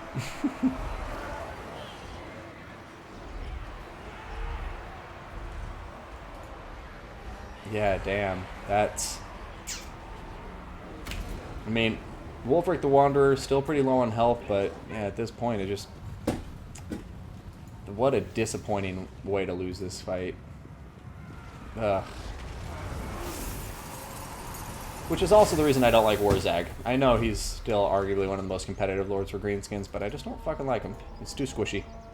And that's just like... Ugh. Good game to Falcon. He played that very, very smart. And Vicious Satsuma also very, very well played, but if you go back and watch the replay, yeah, I don't think I made it very hidden, the reason I think that battle was lost. And it's a shame. It's a crying shame. I don't like it when I see a player lose a battle. I like to see people come back and win things due to just by the skin of their teeth, but that one, I think he did make a good comeback, and he was going to win it, and then he threw a Warzag into combat for no good reason. Like, why send him into combat before you use your last Effigy to get? Use your Effigy to get on him, shoot him full of arrows. Once that mammoth is dead, then you can send him in pretty safely, but I really have no... Yeah, it really bumps me out. Sorry, I'm dwelling on it too much. Like, Vicious Satsuma, excellent player, and I hope he recognizes that the fact I'm so disappointed is a testament to the fact that I think he's a great player, and it was disappointing to see him lose in that fashion, because I think he did a really, really good job of bringing that battle into his corner. And I think he was about to make something happen. Just that decision. But great game to Falcon. Falcon, once again, showing why he's one of the greats. He's one of those guys where he can capitalize on your mistakes, and even if it seems like he made a mistake, then boom. But let's take a look at the paths everybody got to get here. So Powell, looking at his path to victory, we had him take out Buxoddle's Lizardmen, took out Hodges' Dark Elves, then he took out Low Zero's Warriors of Chaos. And now he is up against BBB MMM, who has had another nice path to get here. He took out Pugnobon Skaven first, took out Tanks Norska, took out Sacred Band Daniel Skaven, and now he is here with his Empire forces. On the other end of the bracket, we got Sacred Band Mist with his Dark Elves, who beat out Pippington as Lizardman. He beat out Kark's Beastmen, and he beat out Max's Empire. And now he's up against Falcon, King of the Norskins. So we got Falcon to get here, took out Sergeant Ansi's Empire, took out Loopy's Wood Elves, and then took out Vicious Satsuma's Greenskins in a very close battle, as we just saw. So had some really great battles so far today, and good faction diversity all the way up to the finals. And I'm curious to see which faction dominates in this single faction tournament. My apologies to the players who aren't aware. I know that all of my other tournaments have been the same format, but since this one wasn't for a winning position in the tournament, and it was just to help seed the last, this is the last tournament I'm going to be using to seeding the top 16 results. So the next tournament after this will be a wildcard tournament for the top 16 players. The first, second, third place players from that tournament will go on to the next tournament, which will be the top 8 playoffs for season 2. And that will have the $300 prize pool. And hopefully we'll get some new donations too from other people in the community, and can increase that prize pool before the tournament happens in about a month or so. But in any case, without further ado, let's take off our take off our army blocker. And oops, I totally forgot to do that. Damn it. So, shoot. Powell's High Elves versus, oh goodness gracious, why am I drawing blank on who's playing right now? MMM.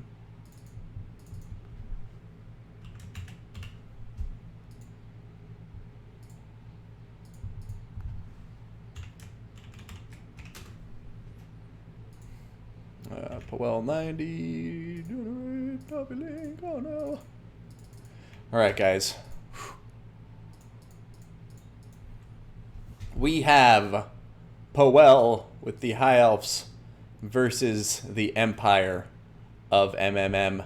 And here we go for round 1 of this best of 3 in the first semifinal match for tournament number 5.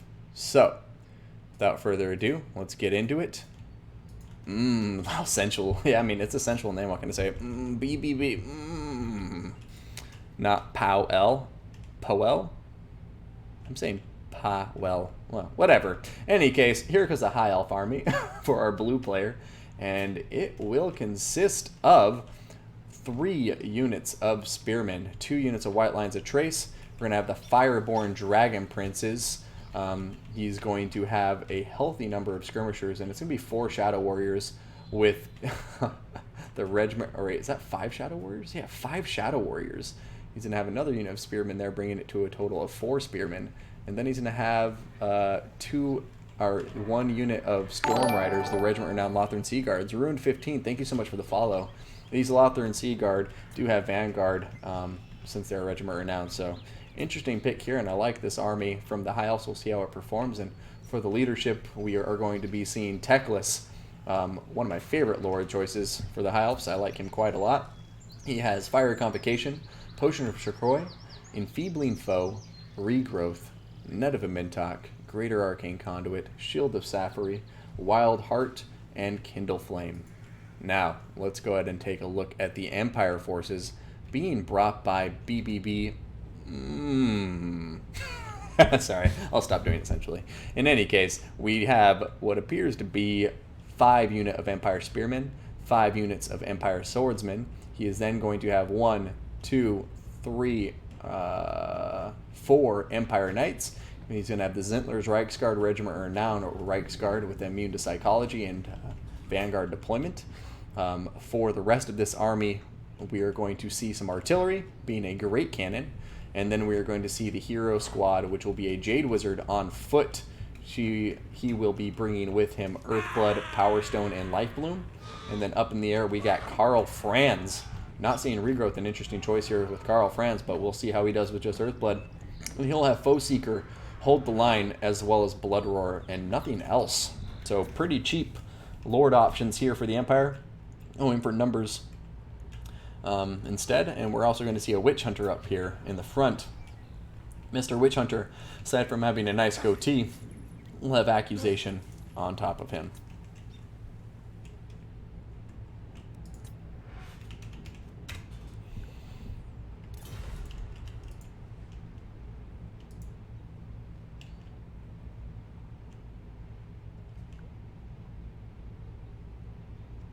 The use of Teclis over Larry is what tells me this may be an old player coming back to the game. Well, I think Teclis is a very competitive lord. You just have to use him well. But yeah, clearly Alarielle is everybody's favorite right now for competitiveness. But I think in terms of access to Winds of Magic, the spell access, because he just has a great combination of spells at his disposal, I think Teclis is a very competitive lord. Same with Tyrion, same with the princess or prince. Like, I mean, I think the High Elves just have access to good lords in general. Elithanar is probably their worst, I would say, but we even saw Elithanar win in one of the semifinals last week.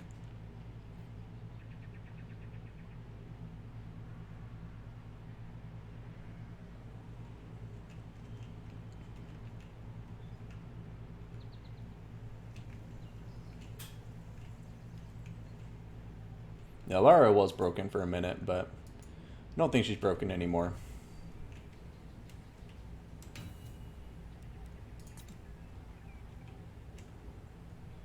And here we go, chat. The battle has begun. Going out for some nice establishing shots as our armies get ready to meet on the field of battle.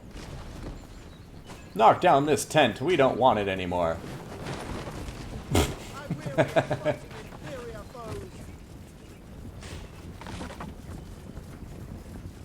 Oh man, these guys do look sick. Some of them got bandanas and everything.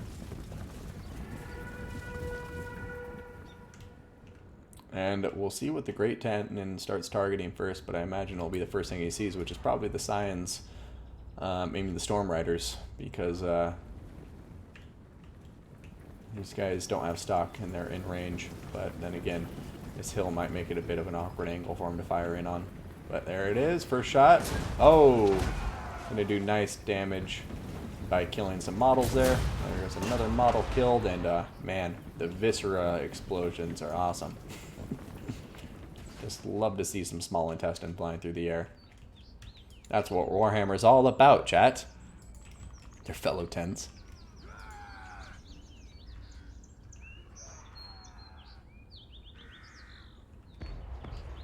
Profitably, yeah, I'm going to be trying to get things uploaded to YouTube. I've been having issues with the quality of what I've been uploading to YouTube, so I'm still working on that. But eventually they will be on YouTube. In the meantime, you can always watch the videos on Twitch, and replays will be there for you.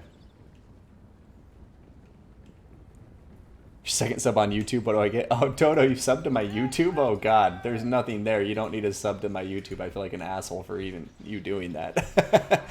Dr. Payne, good to see you, bud. All right, but the Witch Elf, I mean, the Witch Hunter is actually getting sniped by all these Shadow Hunters. I like it. Yeah, he's a wonderful arrow sponge.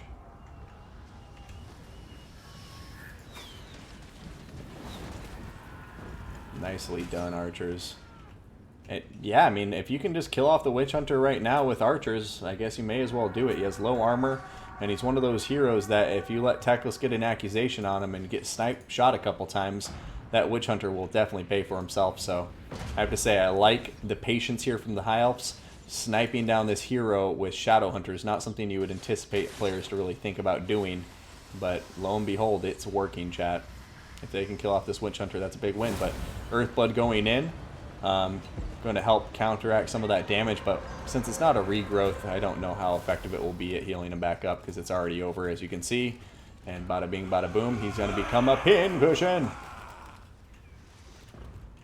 But as we say that, you know, they've used almost half their ammunition now, so definitely not coming without a sacrifice. Rock and Nair, thank you so much for the follow, my friend. I appreciate it. Hope you're enjoying the tournament today. We've got some lovely battles so far. High Elves going to continue pushing forward with their Shadow Warriors, getting a lot of damage in. I mean, you know, see here, what do we got here? 5 Shadow Warriors plus the Storm Riders. Not what you would anticipate against Empire, but it seems to be working just fine for them. I mean, the cannon is getting some good damage on top of the Storm Riders. But it doesn't really have any good targets besides the Fireborn, and the Fireborn are safely tucked away in the trees. And like I was saying earlier, a really patient game coming here from the High Elves. Earthblood going down on top of that Witch Hunter once again, trying to heal him up. And you know, he's doing okay. He's going to hit his healing cap in the near future though. And curious to see if the High Elves can finish him off or not. They've invested a lot of resources into killing him, and right now the balance of power is slightly in favor of the Empire, but as they continue to getting this chip damage done on top of a lot of these lower tier infantry units and heroes, then maybe, just maybe, we'll see it start creeping in favor of yellow. Over here, going to see White Lines of Trace and Spearmen dive in for some glorious charges against the Empire front line.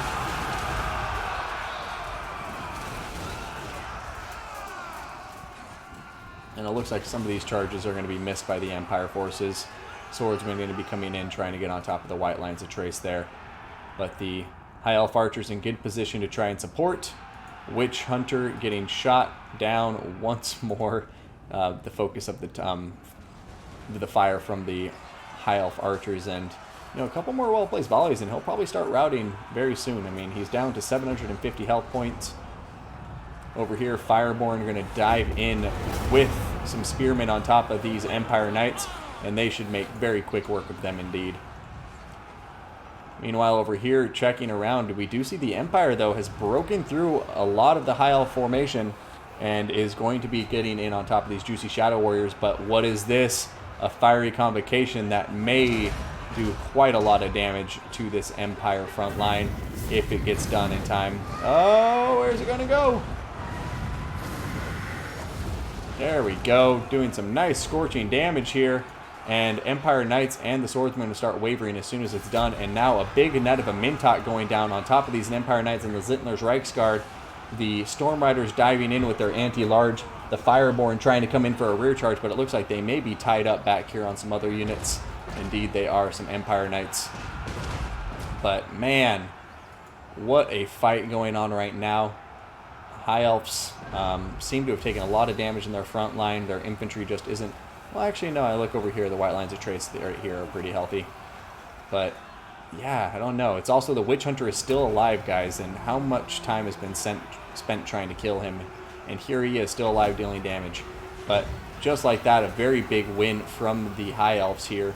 As they see a regrowth on top of their Fireborn, they're able to dive in here, kill off the Zintler's Reiksguard, start routing the Empire Knights who are in there as well. And if the High Elves can seal the large advantage with their cavalry, then the rest of the Empire army should be able to follow rather easily, just because the Empire infantry is here just to act as meat shields for their cav and for Karl Franz.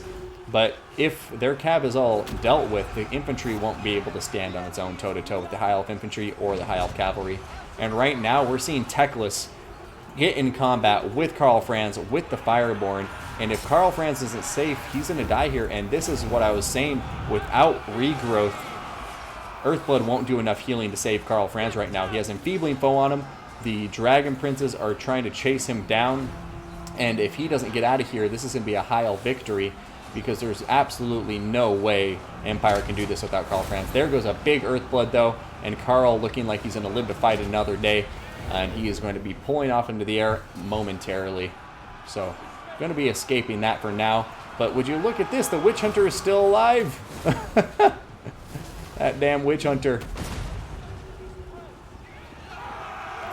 Down to a meager 300 health points, and he's still just chugging away. Over here, Karl Franz diving into Teclis, doing quite a lot of damage, but he's also diving right into where the Fireborn are, who are turning around for another big charge to get on top of Karl Franz. Zintler's Reichsguard coming into support, and a Net of a Mintok could be enough to seal the fate of the Empire right now. But as I say that, the balance of power is firmly in favor of the Empire because of this backline engagements. They're just getting into the cookie jar. The Shadow Hunters are just getting really low on health. They're getting chased around the map by Spearmen and Empire Knights. And Karl Franz is now routing Teclis, and this is going to be an Empire victory. Karl Franz is alive. Teclis is going to be dead soon enough. And without Teclis, there's not a snowball's chance in health for this High Elf army. So a good first game to BBB MMM, taking out Powell 90's High Elves and taking a 1-0 lead in this best of 3.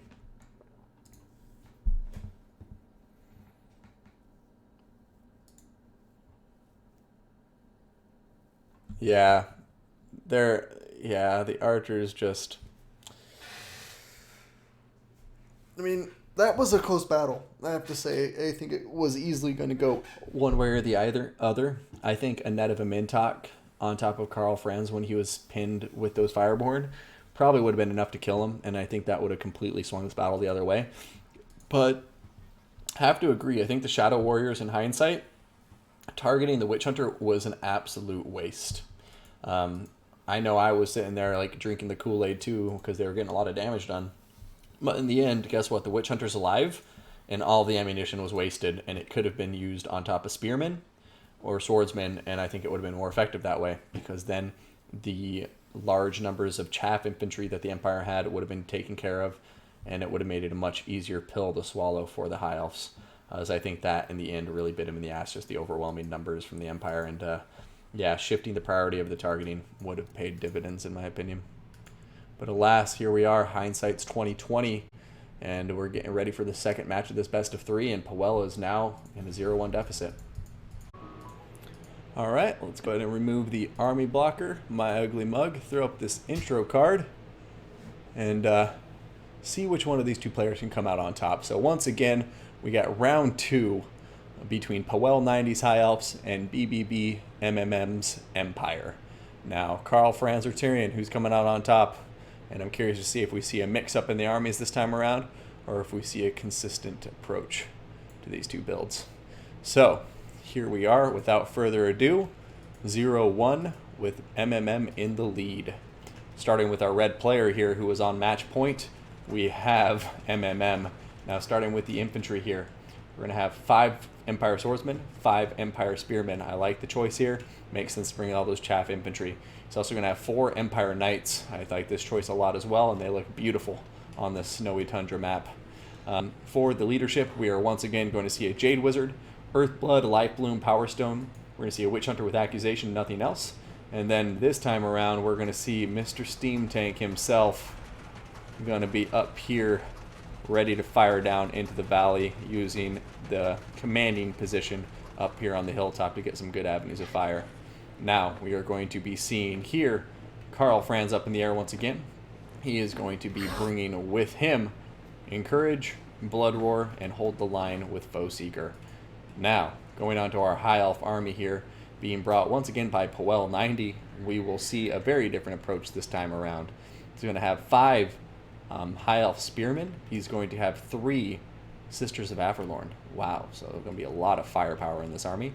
He's going to have the Fireborn Dragon Princess Regiment right now, 2 Eagle Claw Bolt Throwers for that range support. And then up in the air, we're going to have a Frostheart Phoenix. I absolutely love Frostheart Phoenixes. We will see how how it performs here in this battle. And then we have Teclis again. A man of principle sticking with Teclis. I love it. And I have Potion Shirkoi, Regrowth, Enfeebling Foe, Net of a Mintok, Greater Arcane Conduit, Shield of Sapphire, Wild Heart, and Kindle Flame. So there we go. That should be about it. And I like the Kindle Flame too because it will pair well with the Fireborn and the Sisters of Averlorn, who both have fire damage. So the debuff to fire resistance for the enemy across the map will be useful.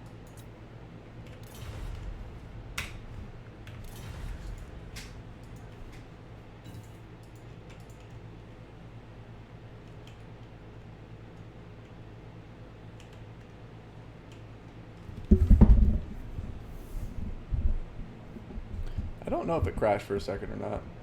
My stream? I don't know. So here we go. Eagle Claw Bolt Thrower going to start firing, and oh, nice hit from the Steam Tank. But I have to say, the Steam Tank may have a hard time hitting the infantry. I'm not sure, but the Bolt Throwers could effectively counter the Steam Tank. I doubt that the Steam Tank will have that easy of a time dodging them. So I'm curious to see, where is it targeting though? The Eagle Claw Bolt Throwers. What are you shooting at? You shooting at the Empire Knights? It seems so. In goes the Steam Tank again. This time I'm going to shoot at the artillery piece itself, killing 2 models. Oh, look at that. It knocked... Cannonball must have gone right between them and knocked this guy's left arm off and this guy's right arm off. Poor guys. They were probably holding hands like real good friends, too. But Eagle Claw Bolt Thrower is going to come out and top in this artillery duel. They're going to continue to target the Empire Knights, and honestly, I like it. I like it. I think it's a smart decision. He's killing models rather than focusing on dishing out damage, because as he learned last battle, you can heal up damage. You can't resurrect models for the Empire, so I like trying to take care of some of the large numbers of the Empire before they close the gap.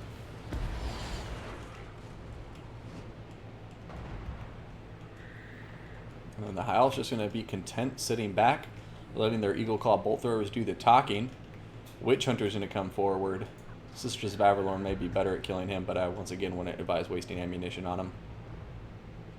Eagle Claw Bolt Thrower is going to continue targeting the Empire Knights, and I really like the targeting here. I think it's a smart decision. Probably the best targeting you can do right here is killing off these Knights.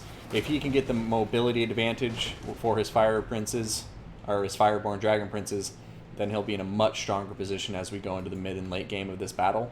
Because if there's no Empire Knights to contend with him for the mobility, then the High Elf should have a much easier time throughout the rest of this battle. Like, the Empire Infantry is dangerous because it can overwhelm them, but if there's no Empire Knights to support it, then, like I said in the last battle, the High Elves should have it in the bag. The last Bolt player is just contenting themselves with artillery dueling, it would seem. And I have to say, the Steam Tank has come back with a vengeance, killed off 2 of these models. And the big problem right now is the Eagle Claw Bolt Throwers are facing sideways to it. And so when it was coming in and getting those shots, very well positioned to get shots on top of their artillery. It was a poor explanation, but somebody probably knew what I was talking about.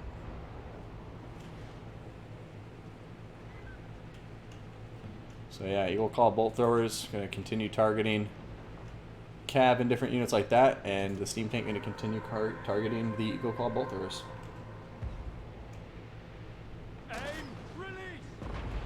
And there goes the last model. So this Eagle Claw Bolt Thrower is completely shut down, and we only have 1 left now.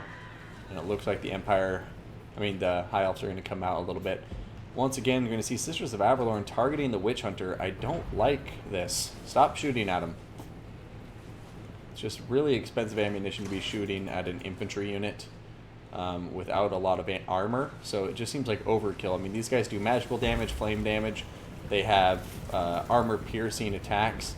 So it seems like a waste when you're shooting at a Witch Hunter who has 25% missile resistance, and 15% missile resistance, 25% magic resistance, and really low armor in the first place, to where the armor piercing is just kind of overkill. But there we go. That's more of what I want to see.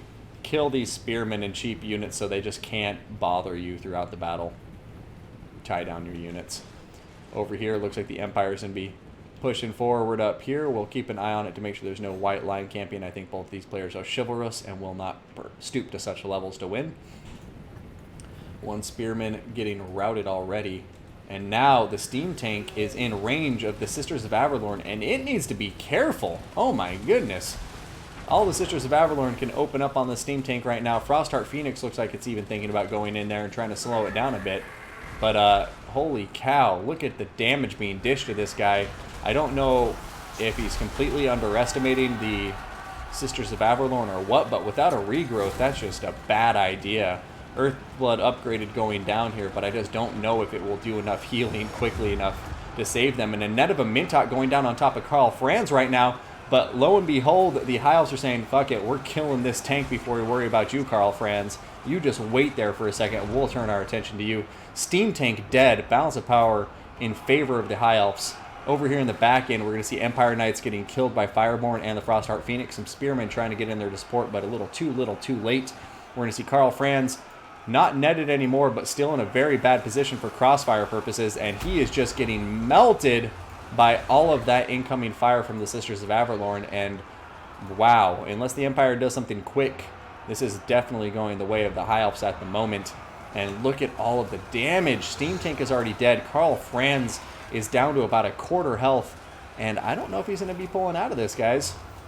I mean, he will pull out of that, but ugh. I meant the battle more so in general. But here comes some Empire Knights into the back, diving in on top of the Sisters of Averlorn. The Fireborn desperately trying to protect them and shut them down, but right now I'm not sure what's going to happen. Looks like, is that going to be a net of a Mintot going down, upgraded. It has an AoE, it has pinned everybody in place, and now Karl Franz is probably going to die. Not a very noble death, to be honest. He's just going to get pinned in place there and shot full of arrows. He's a pincushion now. Frostheart Phoenix is coming up to him too, saying like, hey friend, how you doing? Time to die, Karl.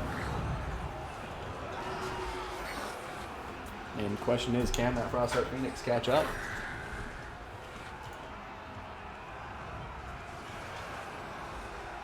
Oh, Karl Franz going down so low. 95 HP. Oh, Frostheart Phoenix going to nobly take some of those shots for him. But will these be the rounds that kill him? Oh! Oh! The last one did it! Karl Franz dead on the ground. Not feeling good about life anymore. And, oof. Yeah, this one has been a complete opposite turn of events from the last one. High Elves winning this in a convincing fashion, I would say. I love the targeting from the Eagle Claw Bolt Throwers. Taking out these Empire Knights early on, it means the Dragonborn, although they are very much beat up at this point, have been able to excel in the combat against these lowly Empire Knights. Here comes a counter charge just in the nick of time. And the Frostheart Phoenix coming in to support with that melee attack debuff is super useful. Thieveling Bow also going down on top of them. And it looks like BBB MMM going to concede defeat. And Powell 90 going to bring this to an ace match, 1-1, Empire versus the High Elves. So now we go on to our final round here. And see who comes out on top in this ace match. Very great battle so far, though. I mean, looking at the post screen here. Sisters of Averlorn and the Eagle Claw Bolt Throwers, I completely agree with that change there.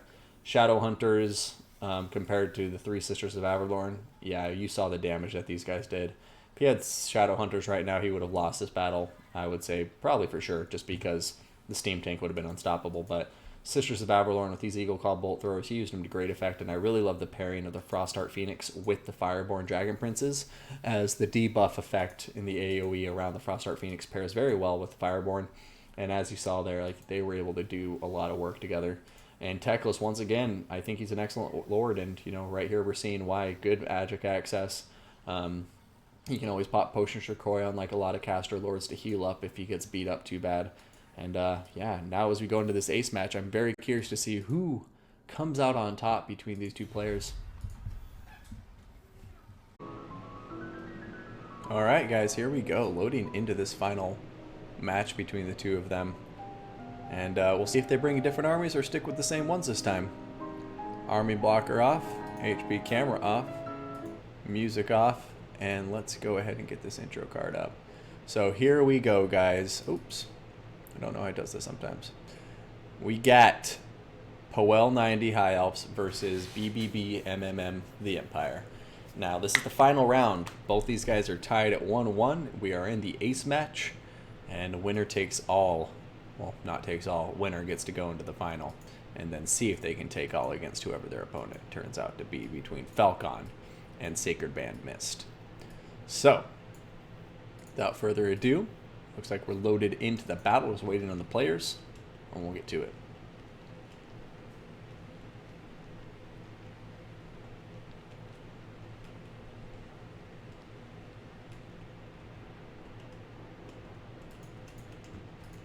Exactly what Toto Mocho said there, Mixa. I removed the people who have already won a tournament from the top 16 leaderboard because they're not going to be included in the wildcard tournament.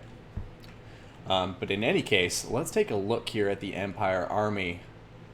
And yeah, we're going to see some changes here. So we're going to see a great cannon as the first change. So an artillery piece right away going to be included in this army now. And it looks like it's going to be 2 artillery pieces. So we have 2 great cannons. We're then going to have our 4 Empire Knights again, as well as 1 Reichsguard. We're going to have the 4 Spearmen and 5 Swordsmen for the Empire Army. And then for the leadership, we are going to, instead of the Witch Hunter, we're going to have a captain. And the captain will be naked, except for hold the line. He's going to have a Jade Wizard as well. The Jade Wizard will have Earthblood, Power Stone, and Life Bloom as always. And then for his leadership, we have Karl Franz once again in the air. Karl Franz going to be bringing the same loadout as before. He's going to have Foe Seeker, Hold the Line, and Blood Roar. Let's go ahead and check out our High Elf army. It's the same one as last time. He's not going to try to fix it. He's not going to fix a thing that ain't broke, as they say. He's going to have 2 Eagle Claw Bolt Throwers, 5 Spearmen, 3 Sisters of Averlorn for that armor-piercing magical fire damage.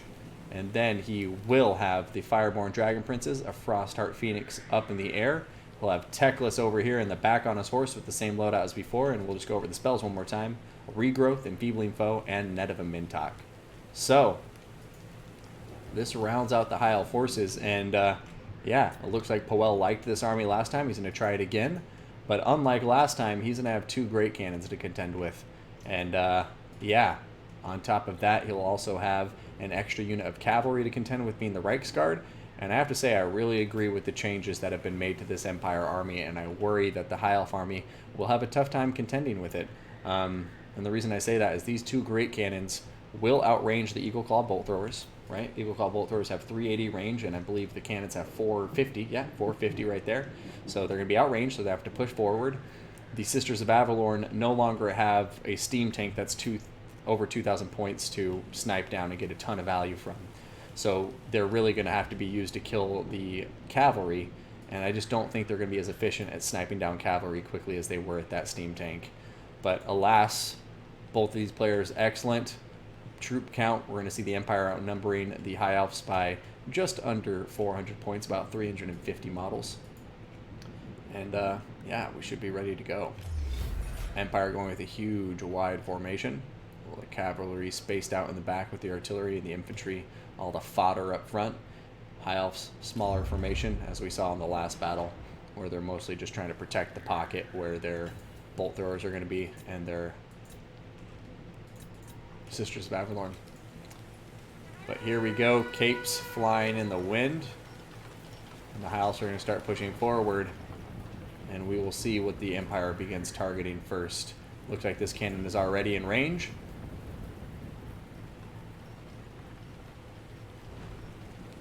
And the shots are going to be targeted over here towards the Eagle Claw Bolt Thrower, trying to take care of their High Elf artillery so they can immediately get that artillery supremacy on the field. Eagle Claw Bolt Thrower going to begin returning fire, and we'll see how it does here. Ooh!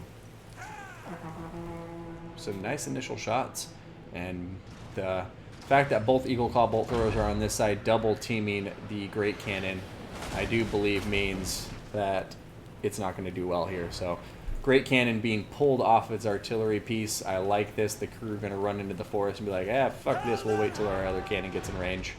In the meantime, the Eagle Claw Bolt Throwers are going to shift their fire onto the Spearmen.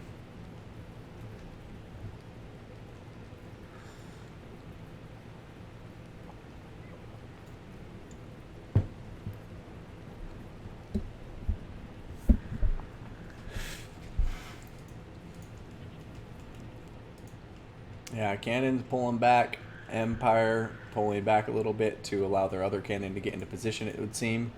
And yeah, so far some clever play, but High Elf's also playing it cleverly as well, because they're pushing forward on this side of the map, and if they can keep these great cannons from being able to fire, then they're negating 800 points from the Empire, and as soon as they get back on top of that cannon, then the Eagle Claw Bolt Thrower should be able to make quick work of them, along with the Sisters of Averlorn.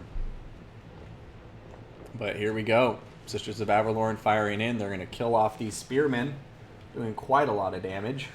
And I would almost like to see the Frostheart Phoenix just come in here and try to kill that cannon. But there we go. As I was saying, Great Cannon goes back online, and as soon as it does, it gets targeted by all of the missile fire. One of the artillery pieces getting blown up there by that bolt. And yeah, it's just, they're going to have a hard time getting back on top of that Great Cannon anytime soon.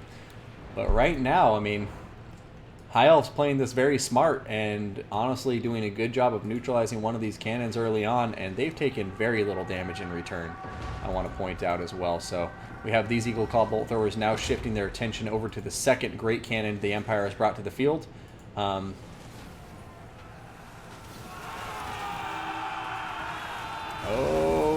High Elf's not going to do a counter charge there. Spearmen on top of Swordsmen. Spearmen on top of Swordsmen. Empire Knights coming out. Frostheart Phoenix. This is exactly what it's perfect for. Dive into some of these units, pin them in place, and then blow them up with all of your archers. And oh my god, the Empire Knights just getting melted. A net of a Mintok and some Sisters of Averlorn, all you need to take care of some of this cav. And right now, the High Elves are starting to box up a bit. And Powell's playing this so patiently. I really am enjoying seeing how he's doing this.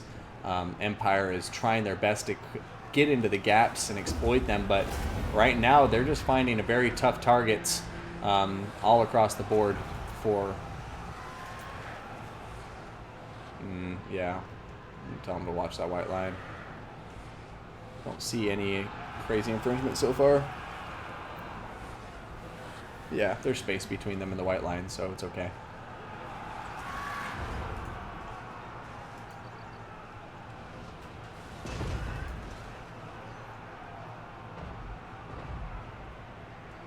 Yeah, like, we need to see the Empire get the full surrounds on. Right now, the Empire, I think, has sent a bit too many of its forces in piecemeal. And that's why you have two cav that are almost completely dead. A third one that's on its way to being about completely dead. And that leaves us with, what? Yeah, so the other two units of cav back here. But Karl Franz is actually getting a huge win here. Karl Franz on top of the Fireborn with two Empire Knights, or one Reiksguard and an Empire Knight. He can win this combat over time, and that will be a huge loss for the High Elves, but it looks like a regrowth is going to come in here on top of the Fireborn, and that will give them some much needed health and a complete recovery of their vigor. So Teclis just in the nick of time giving him that health. It's no Star of Averlorn, but a regrowth upgraded is still quite significant, and there they go getting terrified. They're going to turn around, and that's when they're going to start taking a ton of casualties. Meanwhile, over here in the frontline engagements, the Empire is trying desperately to break through these front line of High Elf Spearmen, but they're just getting sniped down left and right by all these Sisters of Averlorn. Spearmen coming here to space out the Swordsmen from getting on top of the archers. Sisters of Averlorn are going to start shooting the Empire Knights. Empire Knights are going to be basically dead before they can even get in on that charge. Over here, the Fireborn have stopped routing, but they're getting surrounded, and now they're in combat 2-1, Empire Knights and Zentner's Reiksguard. So a fight they would be able to win handily by themselves, but if it's outnumbered, then it may very well go for the Empire. Right now, it does say the High Elves have the advantage here. I don't think it's over, though, as we still have Karl Franz on the field. And as long as the Sisters of Averlorn don't snipe Karl, Karl could do really good work here in the late game, because you look at here, the Fireborn are dead now. They'll get routed off the map in no time. And that just leaves Karl Franz by himself, Karl Franz alone on the field with no High Elf mobility to contest him. And that means he should be able to, as long as he avoids the archers, kill the Frostheart Phoenix by himself, because he's much better in combat than that, snipe down Teclis, and do all this stuff. And right now the Great Cannons are back online, and look at the damage they're doing to these Sisters of Averlorn. Empire Knights are diving in there too, and the balance of power is dead even right now, guys. And although the High Elves were looking really strong initially here with their sniping of the Sisters of Avalorn, sniping down so many knights and cannons, now it's going to be really rough because Karl Franz is still alive. And like I say, if he doesn't get sniped by the Sisters of Avalorn, then he'll be able to have a field day in combat. But look at this, a net of a Mintok going down and punishing Karl for getting too close. And now we're going to have all of the Sisters of Avalorn opening fire on top of him. And this entire net duration will be spent pumping Karl Franz full of magical flaming arrows. Over here, seeing the Frostheart Phoenix still in combat here with the Empire Captain and co. Teclis in there too, and they're going to be pulling out now and just leaving these Sisters of Avalorn to get killed by the swordsmen, I imagine.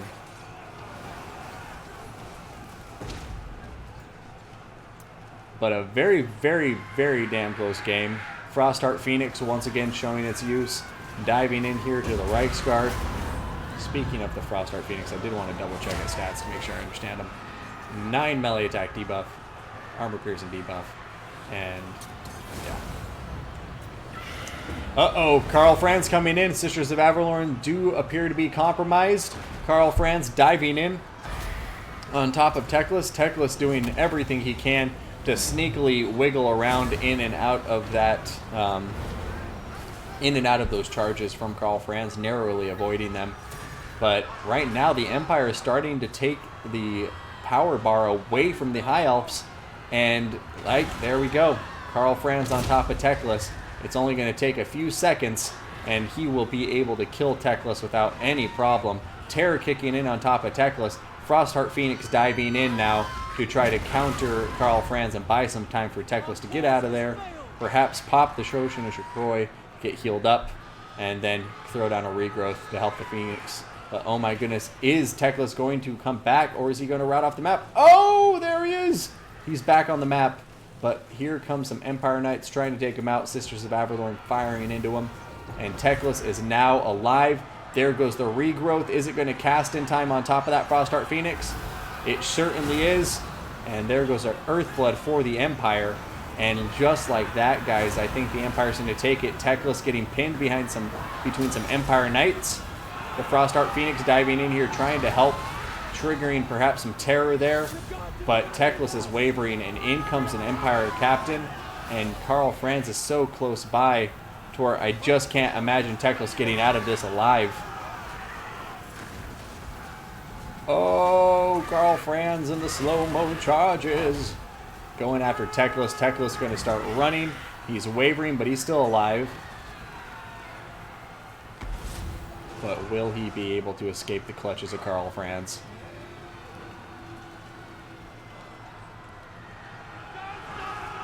Over here, Frostheart Phoenix taking care of the Reiksguard. Karl Franz diving back into combat. What a close battle. I think the Empire is going to be able to pull this off just because they still have the cannons online. Both cannons are firing at full capacity. Well, one of them's down to one model. But aside from the Frostheart Phoenix and Teclis, there's just not a lot of tools in the High Elf toolkit to deal with the remainder of this Empire army.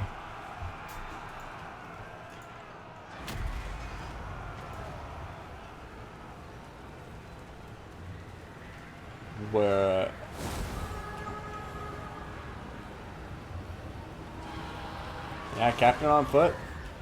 Doing well. The leadership the leadership buff from the Captain and Karl Franz for hold the line.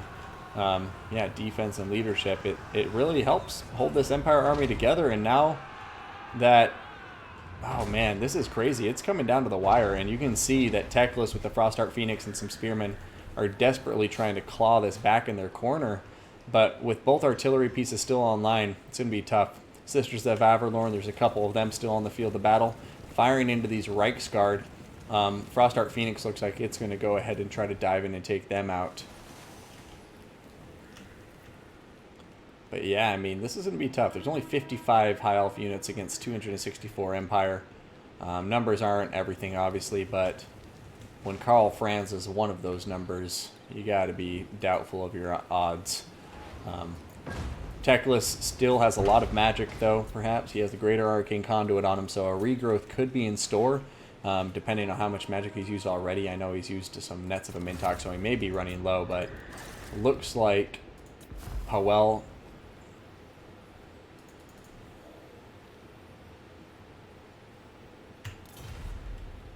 I guess I missed that one.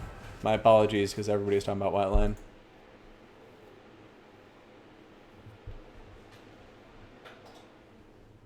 Yeah, one sister.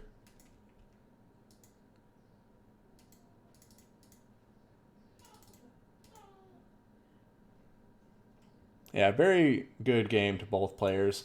Sorry if I was missing White Line camping there, but it seems like it was accused against Powell, and he just lost, so regardless, the outcome would be the same. But yeah, great game to MMM BBB, or BBB MMM, and also great games to Powell 90. I liked his builds, and it was a pleasure to see him adapt and refine his build as the game's going on. Good luck, have fun to both players. Looks like they're both loaded up. And here we go. Gonna take off this army blocker, chat. Gonna take off my ugly mug. And bada bing, bada boom. Here we go into the first match. We've got Falcons Norska versus Mist and his Dark Elves. So, round one, best of three, tournament number 5 of the HW Tournament League. Let's go ahead and turn this off and get to the battle at hand. Fall of Man, a very large open space for a map, and I love it. I love it, I love it, I love it. Da, da, da, da.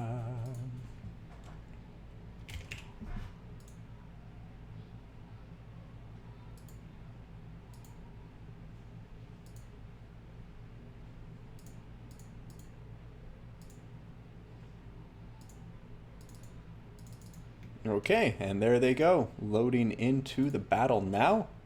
Let's get to it. So, here we are, chat. Starting off with our blue player, let's take a look at the Norskins brought here by Falcon. Hide our foliage while we do it. Now, for this army, we are going to have 1 unit of Marauder Berserkers, make that 2 units of Marauder Berserkers. We're going to have 4 units of Marauders. We are going to have a healthy number of Skin Wolves, being 2. We are going to have the Fimir Miststalkers Regiment Renown, Fimir Belfiends. The Fimir Warriors.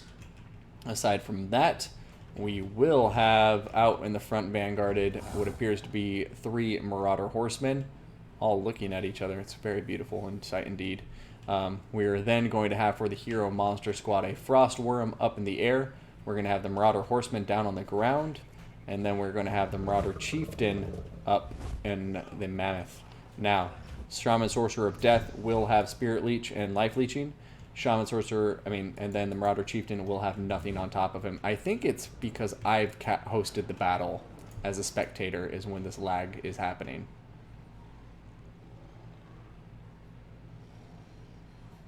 Which is very frustrating.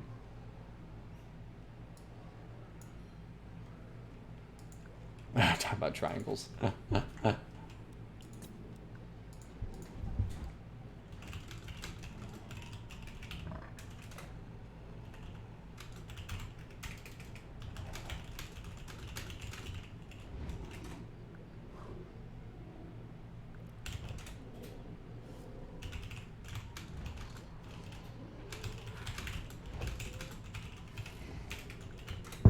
All right, cool. So let's go ahead and get out of here. We're going to re-host this battle really quick, let one of them host it, and see if that fixed the lag, because I don't want to go through another best of 3 with lag. So they've agreed to do that.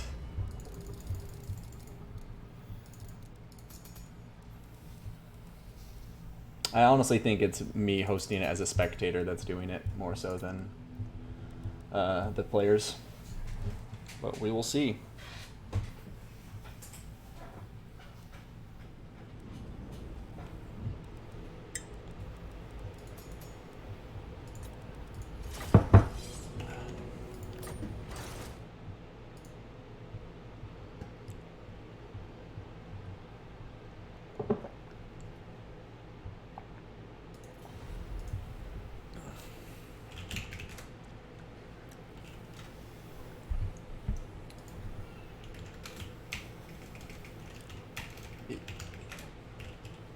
My bad. I did the wrong map. I was going to the final map pool. They are on Tower of Hoeth. So good thing we restarted because I also pulled up the wrong map. Tower of Hoeth is first.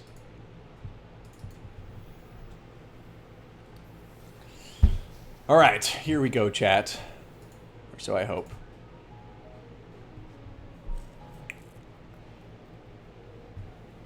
Their EU players should have EU host preferably. Well, there they go. They got EU host now.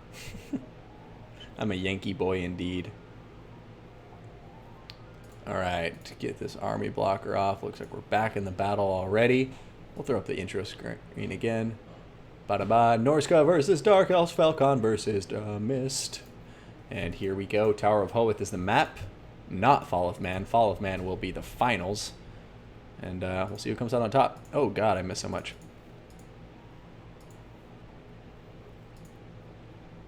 Oh, sorry, Soter, for missing that. I will watch those replays.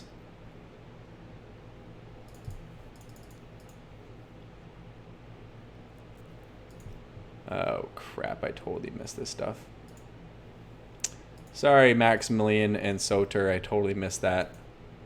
I'm guessing you guys figured it out because we're here at the final. So, Maximilian, where were you? Yeah, sorry guys. I mean, I'll look into those later. I totally dropped the ball and didn't see your messages, so my apologies. It's hard to admin and cast all at the same time. All right, everybody, here we go. So this is Tower of Hoeth, which is the appropriate map. I put on Fall of Man last time when that was wrong. So here we go. Looks like the battle is far smoother. And now it is running smooth as hell. Look at the wings. So starting with the Norskins, we got the Marauders, right? So 4 of the Marauders, 2 Marauder Berserkers, 2 Skin Wolves. We got 3 of the Marauder Horsemen. We got the Fimir Miststalkers. We got a Frostworm. We got a Shaman Sorcerer of Death with Spirit Leech and Life Leeching, and a Marauder Chieftain. That rounds out the Norskin army. For the Dark Elves, we got 5 units of Dread Spears. We got 3 units of Cold One Knights. We got 2 Cold One Chariots. Oh, I haven't seen them in the tournament yet, and I love me some Cold One Chariots. For the leadership, we have a Black Dragon in the air and another Black Dragon being ridden by Malekith, and this Black Dragon being Seraphim himself. And bada bing, bada boom, this Black Dragon and Malekith will be bringing Gaze of Malice, Soul Stealer, Chill Wind, Power of Darkness, and the Breath with Gaze of our Spiteful Conjuration. Here we go, both players in the map now, and it's running beautifully. No lag here, chat. And there go the Marauder Horsemen charging out with the Fimir Miststalkers and the Frostworm. Falcon doing his typical hard left flank, as he has been known to do. He likes to go with those lopsided strength flanks. It looks like the Dark Elves have done the same thing in return, stacking their chariots and dragons on their left flank, so both players having very strong left flanks for their armies. Cold One Chariots are going to change their mind, though, and come over here towards the Marauder Horsemen, and we will see how they fare. They have pretty high armor, up at 110, so they should be able to avoid most of the damage from these non-armor piercing javelins. And their armor-piercing return fire should be quite significant. But here comes the Frostworm diving in on top of that Cold One Chariot. But a Breath is coming down, and that Frostworm going to take a little bit of damage from it. I feel like that's a bit of a long-distance Breath to try out. But another big Breath coming down here on top of that Marauder Chieftain, doing a nice little touch of damage. Cold One Knights being pulled out here to charge into the Fimir Miststalkers and help out in this combat. They do have bonus versus large armor piercing, so they should be very useful here. Ooh, a Breath coming down from the Frostworm, though. And honestly, it was going after the Cold One Knights, but it kind of hit the Fimir Miststalkers, unfortunately. Gonna see a big old Spirit Leech coming down here on top of those Cold One Knights. And the Cold One Knights are just melting right now. But here comes both of the dragons on top of the Frostworm. And those dragons can make some quick work. But here comes the Skin Wolves. The Marauder Horsemen are here. And I feel like that Black Dragon may have just gotten caught with its pants down as Marauder Chieftain comes in to help out in the combat. And that's going to be a huge charge. And then another huge charge from the Frostworm. And that Black Dragon is going to die right now, chat. It is down to half health. and that was a huge loss for the Dark Elves. But here comes the Soul Stealer to try to counter up and recoup some of those losses. But yeah, that Black Dragon just got pounced on by a lot of Norscan forces, and that's going to shift the balance of power very dramatically in favor of Norsca. Cold One Knights over here trying to fight against Marauders, but it's just really not the most, I don't know, ideal combat for those Cold One Knights to be stuck in. Meanwhile, over here, Skinwolf's diving in, trying to take care of these Cold One Chariots. Cold One Chariots doing okay for themselves, but just not able to find some very good targets to dive in on. Meanwhile, over here, Spirit Leech on top of Malekith. Malekith is in combat with the Miststalkers as well as the Frostworm. Skinwolves are diving in. Man, yeah, this is going to be a rough first battle. I think Falcon's going to take this in a very convincing victory, as we are now going to see Malekith atop Seraphim getting taken out. A nice chill wind going down there to try to slow down the other units, but I just don't see how Malekith is getting up in the air since there's a Frostworm on his back. He's going to be pinned in place, and not long for this world. But then again, over here, we're looking here, going to see the Chariots doing some really good work, taking out a lot of the Norscan infantry, but Sacred Band missed. Going to see the writing on the wall, concede defeat, and let Falcon take that first battle 1-0. I think it was a lack of patience there that kind of sealed the fate for Sacred Band. I think when he charged the Black Dragon and Malekith on top of the Frostworm is when the battle was lost. That seemed to be the most critical moment, because that's when the first Black Dragon got stuck on the ground, killed, and without that, you know, it's a huge point loss, and he really needed the double flyers there to get anything done in the end, in my opinion. So, very well played to Falcon. And the Sacred Band, we'll see if he can regain his balance and come back and bring this to an ace match. Alright guys, here we go. Second round between these two players. So Falcon's Norsca versus Miss Dark Elves. The map now will be Golden Monolith. Very nice open tundra. We'll see if the Dark Elves can bring it back for an ace match, or if Falcon will seal this 2-0 and go on to face his next opponent, BBBMMM, who is an Empire player. So here we go. Players loading into the map now. Let's turn off that music. And here we go. Starting with our red player, we are going to see the Dark Elves with 4 Repeater Crossbows. We're going to have the Slaaneshi Harvesters, Doomfire Warlocks. He's going to have 3 Cold One Knights once again.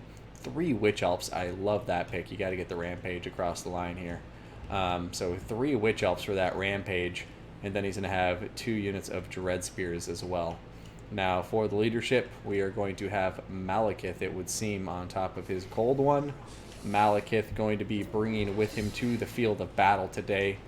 Not too much. So, Malekith is going to have Gaze of Malice, Soul Stealer, Chill Wind, Spiteful Conjuration, and that will do it. Now, let's go take a look at the Norscan army, which is being deployed on the opposite end. So, in the southwest corner of their deployment zone, we are going to see the Norskins here, and he's going to have 1, 2, 3, 4 Marauder Horsemen. I guess they're just doing like a little pep talk rally, just like, hey guys, let's all look at each other and think about what's going to happen. In any case, bad jokes aside, we're going to have 4 units of Marauders, 1 unit of Marauder Berserkers. We're going to have the Fimir Miststalkers once again, that Regiment renowned stock ability, Fimir Warriors. He's going to have 2 Frostworms now. And then for the leadership, we are going to have a Shaman Sorcerer of Death with Spirit Leech and Life Leeching, as well as a Marauder Chieftain with Stand or Fight or Die. So, there we go, guys. That rounds it out. And who's going to come out on top?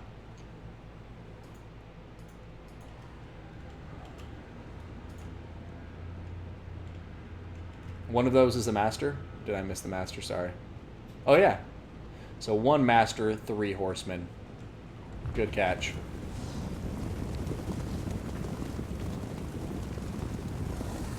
Spirit Leech immediately going to go down on top of the Slaaneshi Harvesters. Not a bad targeting. And it is killing off lots of models. So 1, 2, 3, 4, 5, 6? Yeah, 6 models. And now here comes the Dark Elves. So, Dark Elves got to be careful. Word of Pain going to go down on top of the Marauder Horsemasters. We're going to see all of the Dark Riders throw off a volley and then peel back around. I love it. We're going to see some big skirmishing engagements going on here. Soul Stealer going down on top of a couple of these Marauder Horsemen and Masters. Slaaneshi Harvesters diving in here to get some nice counter-charging action in there as well. And I need to see these guys pull out before we see the Frostworm diving in with its magical attacks. But look at that. Some repeater crossbow fire going in on top of this Frostworm as it is trying to duke it out with these Slaaneshi Harvesters. But Slaaneshi Harvesters have to be careful because the magical attacks from the Frostworms make them perfectly suited to killing these units with their high physical resistance. And look at that. Slaaneshi Harvester is absolutely devastated after just a little bit of combat with that Frostworm. So right now, I have to say, I like the composition of this Dark Elf army more, but I'm still a bit worried. The Marauder Horsemasters and Horsemen just seem like they're going to outmatch the Repeater Crossbows, but if the Repeater Crossbows can get some good focus fire on top of these Frostworms or Mammoths, then they will make quick work. But the Marauders Horsemen actually now doing some smart targeting, going to be hitting the Witch Elves instead with their low armor. A breath going down on the Witch Elves too, and it looks like the Norsans going to be playing very smart, not wanting to risk any potential rampages when there's 4 crossbows on the field that can do some very serious damage very quickly. Frostworm going to dodge a lot of that incoming fire. Very good micro coming here from Falcon, and we'll see what happens. I mean, a charge from the Coldblood Knights into the Marauders. Slaaneshi Harvesters here in combat too, but a Spirit Leech on top of them probably means they won't be long for this world. And now we have the Mammoth here, but Malekith has come out to challenge the Mammoth in combat. And will we see these repeater crossbows begin to fire into him? Yes, we shall. But will it be enough is the question, as we've seen the Dark Elf line just absolutely crumpling underneath the power of these Marauders Berserkers. And Malekith is now getting smashed by the Mammoth once again, and I think the Dark Elves are just having a hard time in this Norscan matchup. Soul Stealer going down, going to be helping heal Malekith up quite a lot. Repeater Crossbows getting into some good position, pulling out and looking to get some crossfire action perhaps. Oh boy. Norsca really getting in a convincing lead here, but the Repeater Crossbows of Malekith, if they can get some kind of rhythm going, they could do something. But now Malekith is caught by the Frostworm. There's a Mammoth coming up behind him, and I just don't see him surviving this combat. So Falcon's Norscan's going to have yet another fairly convincing victory here against the Norskins, I would say. But Malekith saying, it ain't over yet, I'm pulling out of here. Let me just lure you into my crossbows. Witch Elves coming in here, causing Rampage. And if the Rampage would have lasted, that could have been a huge game changer for the Dark Elves. But right now, ooh, will this Marauder Chieftain go down? He's taking a lot of damage, but he still has over 2,000 hit points left. The Frostworm Breath doing some nice damage against these Repeater Crossbows, and the writing seems to be on the wall. Malekith getting taken down, and the Frostworm and Mammoth power just too much. These Dark Elves are going to be pulling out, and we're going to see a 2-0 victory for Falcon over Sacred Band Mist. But a huge shout out to Sacred Band for playing very well in today's tournaments. He got through some tough opposition to get to this point in the battle. To get to this point in the tournament. And playing Falcon with his Norskins as Dark Elves is just never going to be an easy feat to pull off. So well played to him. And Falcon going to be proceeding to the final after winning 2-0 here. But now he's up against the Empire, and I think Empire versus Norsca is an interesting matchup, and I could easily see this going pear-shaped for Falcon, depending on how he on how he handles these battles.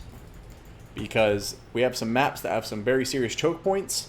Empire has some very excellent cav and artillery and missile units, which the Norskins will struggle with.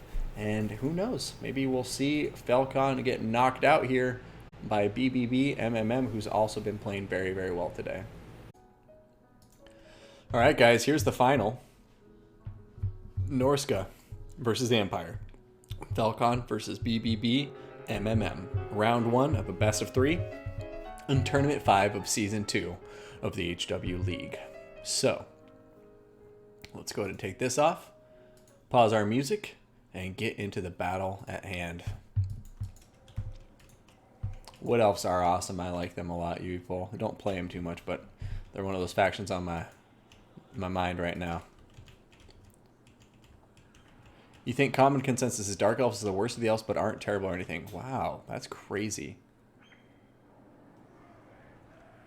Yeah. I would still rather play Dark Elves than High Elves, probably. In any case, Wood Elves are the best. But here is the battlefield. Fall of Men is the map, starting with Norsca. We are going to have 1, 2, 3, 4, 5 Marauders. We're going to have 2 Marauder Berserkers. We're going to have a healthy number of Skin Wolves with what appears to be 2. We're going to have 4 Marauder Horsemen. Just kidding. 3 Marauder Horsemen, 1 Horsemaster. And, no, just kidding. So 4 Horsemen, 1 Horsemaster. And then the Fimir Miststalkers, Regiment Renowned Fimir Warriors. We are then going to come over here and check out the leadership squad, which is going to consist of a Brace Shaman, Sorcerer of Death with Spirit Leech and Life Leeching. And then we're going to have a Marauder Chieftain up here with nothing just on top of his War Mammoth. Now, checking out our red player, the Empire. We will see this Empire force bringing a lot of units. So he's going to go for numbers, quantity over quality here. So 5 Swordsmen, what appears to be 3 Spearmen? Is that it? Yeah, so 5 Swordsmen, 3 Spearmen. He's going to have 4 Empire Knights. Aside from that, we will see some Pistoliers. 1... is that it? Just 1 Pistolier? Yeah, it seems 1 Pistolier. We're going to have 5 Spearmen. My apologies. The others 2 Spearmen that I missed are deployed back here with the Great Cannons, which are deployed on either end of the corner of their deployment box. I like this, because then it's going to force the Norseans to have to go to 2 positions, and the entire time they are trying to kill one cannon, the other cannon will have a clear line of fire into the back of them, unless they split into 2 forces, which may also help out the Empire. Now, for the leadership here, we're going to see a Witch Elf. He's going to be bringing Accusation and nothing else. We're going to have an Amethyst Wizard with Spirit Leech and nothing else. And then we're going to have Boris Todbringer up in the air with his healing. He's got Deadly Onslaught, Foe Seeker, as well as the Midden Lane Runefang, and Hold the Line. That will round out both of our forces. And coming over here, checking out the deployment, we're going to see a very big vanguard from Thelcon on his left flank, the west side of the battlefield. And the Empire may very well have a tough time adjusting and trying to counter this, because we're going to see all these Spearmen, Empire Knights, get completely overwhelmed by a lot of rushing Missile Cavalry and some Miststalkers. So here we go. Immediately the combat will begin. And looks like the Empire Knights are going to pull back and be like, fuck this. Don't feel like being involved in this combat. They're going to pull up here. Spearmen are going to come down the hill a little bit. I love it. The Empire Knights with their heavy armor are going to be ignoring a lot of the damage coming in from the Marauder Horsemen. And I would like to see a countercharge right now into them. But Cannon going to be focused on the Miststalkers for now. And Empire Knights and Boris Todbringer coming out here to help support and protect this cannon. And guess we'll see how it all goes. Spirit Leech is being traded between casters.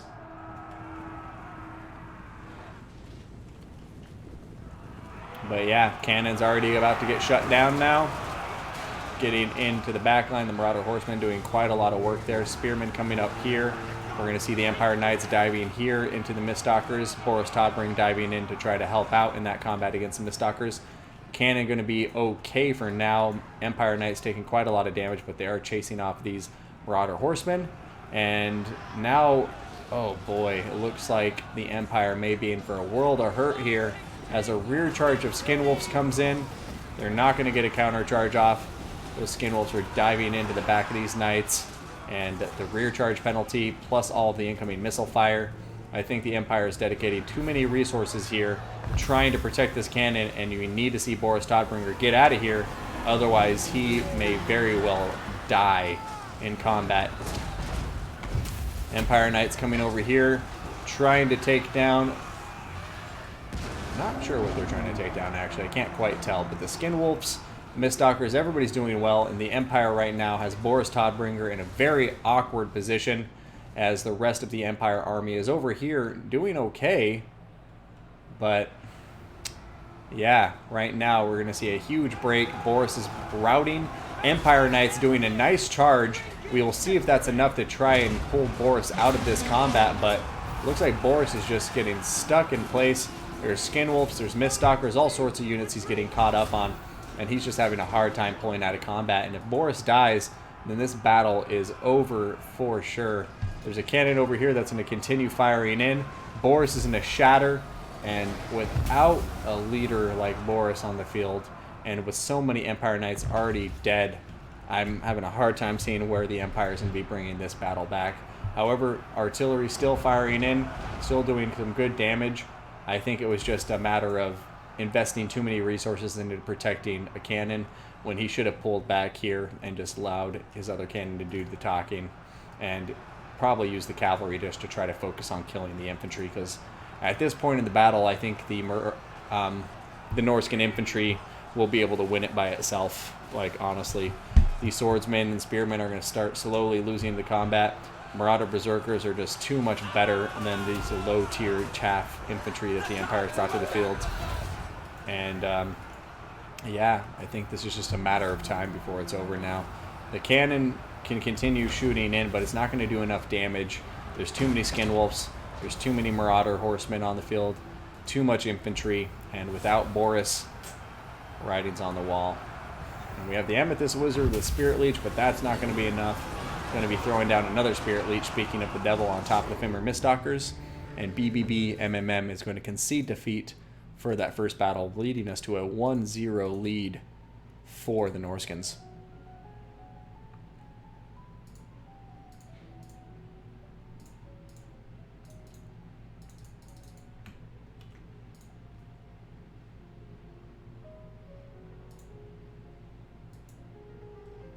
So, here we are, looking at the post-battle screen. I mean, I think this wasn't lost on the drawing board or anything like that. I think MMM had a good idea here. I think it was just the Vanguard deployment didn't work out in his favor because he was just really outmatched on that far left flank.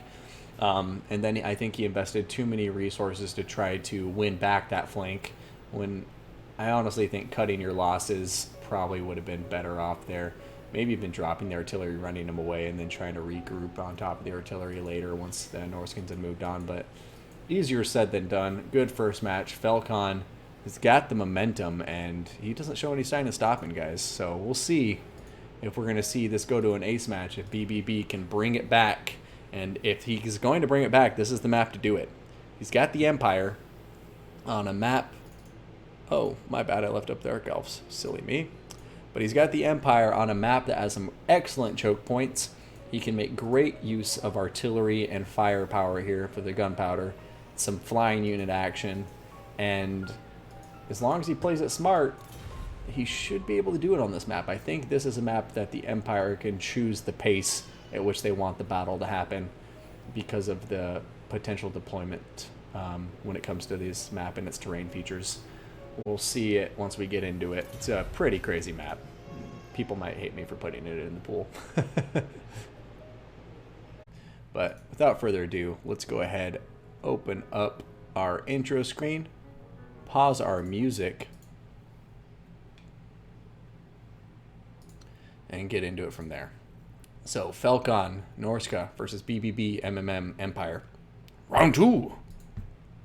And here it is, guys. This is the map. It's raining. It's beautiful. I have to say, as far as looks, I like the map.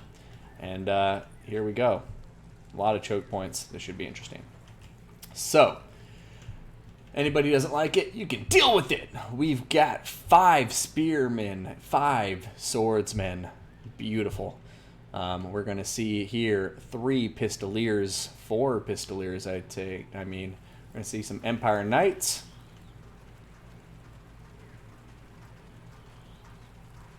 And then we're going to see a steam tank. Mr. Steam Tank. We'll see how you perform in this battle. Aside from that, for the leadership, we are going to have a Witch Hunter on foot. Once again, Accusation. A Jade Wizard with Earthblood, Lifebloom, and Power Stone. And then we're going to have Karl Franz up in the air. This time, he's actually going to have some stuff in his kit. He's going to have the Reikland Runefang, Stand Your Ground, Foe Seeker, as well as Hold the Line, and Blood Roar. Beautiful. Now, taking a look at the Norscan army brought by Falcon. We're going to have King of the Norskins, Falcon himself, going to have 4 Marauder Horsemen. He's going to have the Maws of Savagery, Regiment Renowned Armored Skinwolves. Ooh, they're a beautiful unit. He's also going to have the Mistdocker Ephemeral Warriors Regiment are down there too. For his infantry, we're going to see 4 units of Marauders, 1 unit of Marauder Berserkers, and then we are also going to see, for the monsters and heroes, a Frostworm up in the air, one of his favorite picks it seems, a very nice, useful utility unit with that speed debuff. It's great at sniping and punishing routing units. We're going to have the Fimir Balefiend of Fire over here with Burning Head, Cascading Fire Cloak, Fireball, as well as Arcane Conduit, and I forget what this is called, From the Mist and Kindle Flame. Now, for the other hero here, we have a Marauder Chieftain, bringing Fight or Die with him and nothing else. And I do believe that rounds out our Norscan army, as well as our Empire army, so let's see what happens from here. And oh my goodness.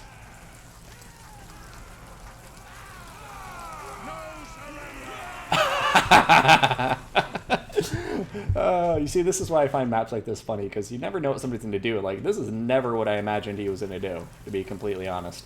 But I'm curious to see how it works out. They're all hidden. Got some cheeky Vanguard over here.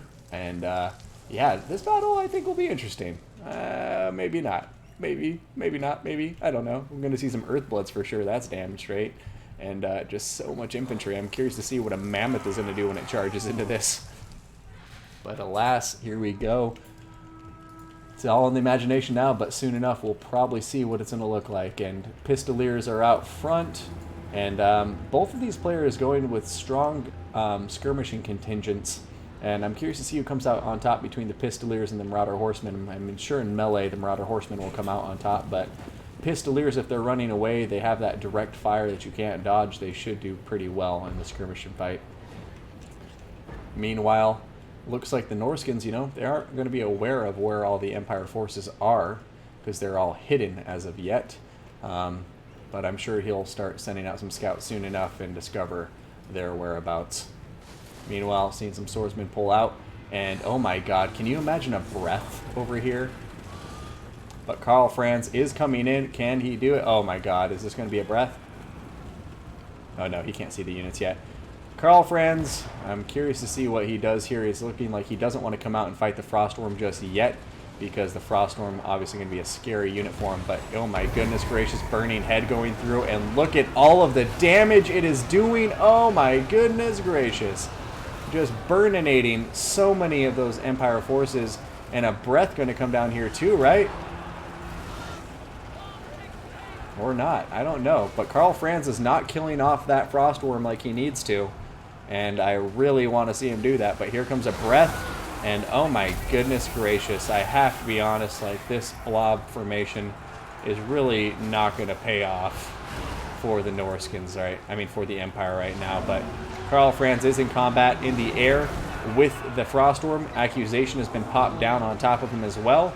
And the Frostworm, like I was saying, not going to stand a chance in one-on-one combat with Karl Franz. But right now, the Empire forces are all just getting brutalized. I mean, a breath, a Burning Head, and all of those units crammed together so closely. You saw like 3 units of infantry killed by one cast. And that's why I really would have liked to have seen the Empire try to use these choke points, not blob up. And at this point now, I have very serious concerns about the Empire's capability of bringing this back. Marauder Horsemen going to continue being maneuvered around the lines here, doing some good work. Karl Franz going to dive in now on top of the Mammoth.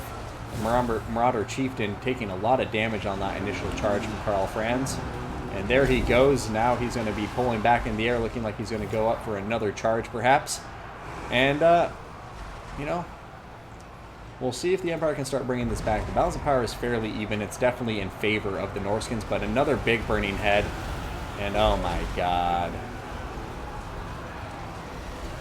And there goes all the Empire infantry. I'm going to see some spearmen over here. Karl Franz is diving in, trying to get on top of the Mazda Savagery Miststalkers, but now the Frostworm's coming in. Going to hit Karl Franz, and he's going to be trying to pull out, but he's going to get staggered. He's got that speed debuff down on top of himself, bringing him down to a meager 26 speed. He might as well be a Dowie walking around there on a Griffin. Here comes the steam tank. But yeah, I mean, looking across the field, all of the Empire chaff units have gotten dealt with. in a very, very cost-efficient manner. And you look at this Fimir Belfiend, 236 kills. That's nuts. 236 kills. Marauder Chieftain on top of the Witch Hunter right now, but he is getting an accusation, and Karl Franz is on top of him now as well. What's going to happen here? Earthblood being cast down for the Empire by the Jade Wizard, but the rest of the Empire army is just non-existent. I mean, we have Karl Franz, we have the Witch Hunter, we have a Steam Tank, and we have the Jade Wizard. But all of those things are by themselves right now, getting singled out. Skin Wolves, Fimir Warriors, and the Frostworm smashing the Steam Tank. Karl Franz was not able to get enough damage done quickly enough to take care of the Marauder Chieftain, and, you know, at this point, I think the Norsans have got it. The big blobbed up infantry formations from the Empire really backfired, and that burning head, I bet you as soon as Falcon saw that blobbed up infantry, when he realized he had a burning head, he probably just peed a little bit out of excitement. He was probably just so excited a little bit of pee sneaked out. But in any case, right now MMM is going to withdraw, and we're going to see a 2-0 victory here for Falcon over BBB MMM. Great games to both players, but Falcon, just the momentum for him today was too real, and I just really disagree with going with large chaff armies against Norsca. This is what they will excel at killing. 10 spearmen, 10 swordsmen. I think you're going to be much better off bringing some flagellants and unbreakable units, focusing on some small elite cavalry forces, and then, yeah, maybe some artillery to focus on the single models. But as we saw here, I just think if you're going to bring a bunch of chaff, first of all, don't stack them on top of each other because you're just waiting for a breath or a burning head to kill all of them. And second, when it comes to Norsca, like when you're dealing with Marauders, Marauder Berserkers and stuff, these are the units that they will excel at chewing through. So, in any case, MMM, an excellent player. Falcon, king of the Norscans indeed, and he played that beautifully. So great games to both players, and GG to Falcon. In any case, guys, thank you so much for showing up today. Take care of yourselves. Crusader's not playing anymore, I think. Oh, that's a bummer. I'll have to reach out to him and see if he'll make an exception, because I know he's been playing a lot of Three Kingdoms lately. But in any case, you guys are awesome. Thank you so much for tuning in. Big shout out here to Dunno PBK, Rockinar, MDM War. Thank you so much for the follow, my friend. Ruined15, Yui Pole, thank you for the follow and the cheers. Soothsayer, thank you for the resub. Taloxan Soothsayer, one of the greats, and I really appreciate the support, man. Mr. Oshi, thank you for the follow. Chrome Mule, thank you for the follow. Jetter2000, thank you for the follow. So you guys are all awesome. Take care of yourself. Romulan Dog, next tournament, I'm definitely going to need you, because when we do this wildcard tournament, we're going to have some great players. I mean, you see the top 16 right there. It's going to be some good battles. And for players who I don't know if are playing anymore, like Konos and Crusader, we'll just go ahead and fill in 17th and 18th, and we'll just go down the leaderboard seedings to get the players to fill in. But in any case, take care of yourself. Falcon, great games with Norsca and those Frostworm plays. You were vicious today, man. And Vicious Satsuma, too, I want to give a special shout-out, because I think he was the player who came closest to beating you. And he almost did with his greenskins. But that one pivotal moment where Wurzag got killed was really what turned it. So shout-out to Vicious Satsuma for what I would consider being the closest to coming to defeating you. And to everybody else, great games. Thank you for tuning in, guys. Take care of yourself. I'll try to stream later today or tomorrow at the latest. But in any case, take care. My son HW, going to be signing out. I'll see you guys next time.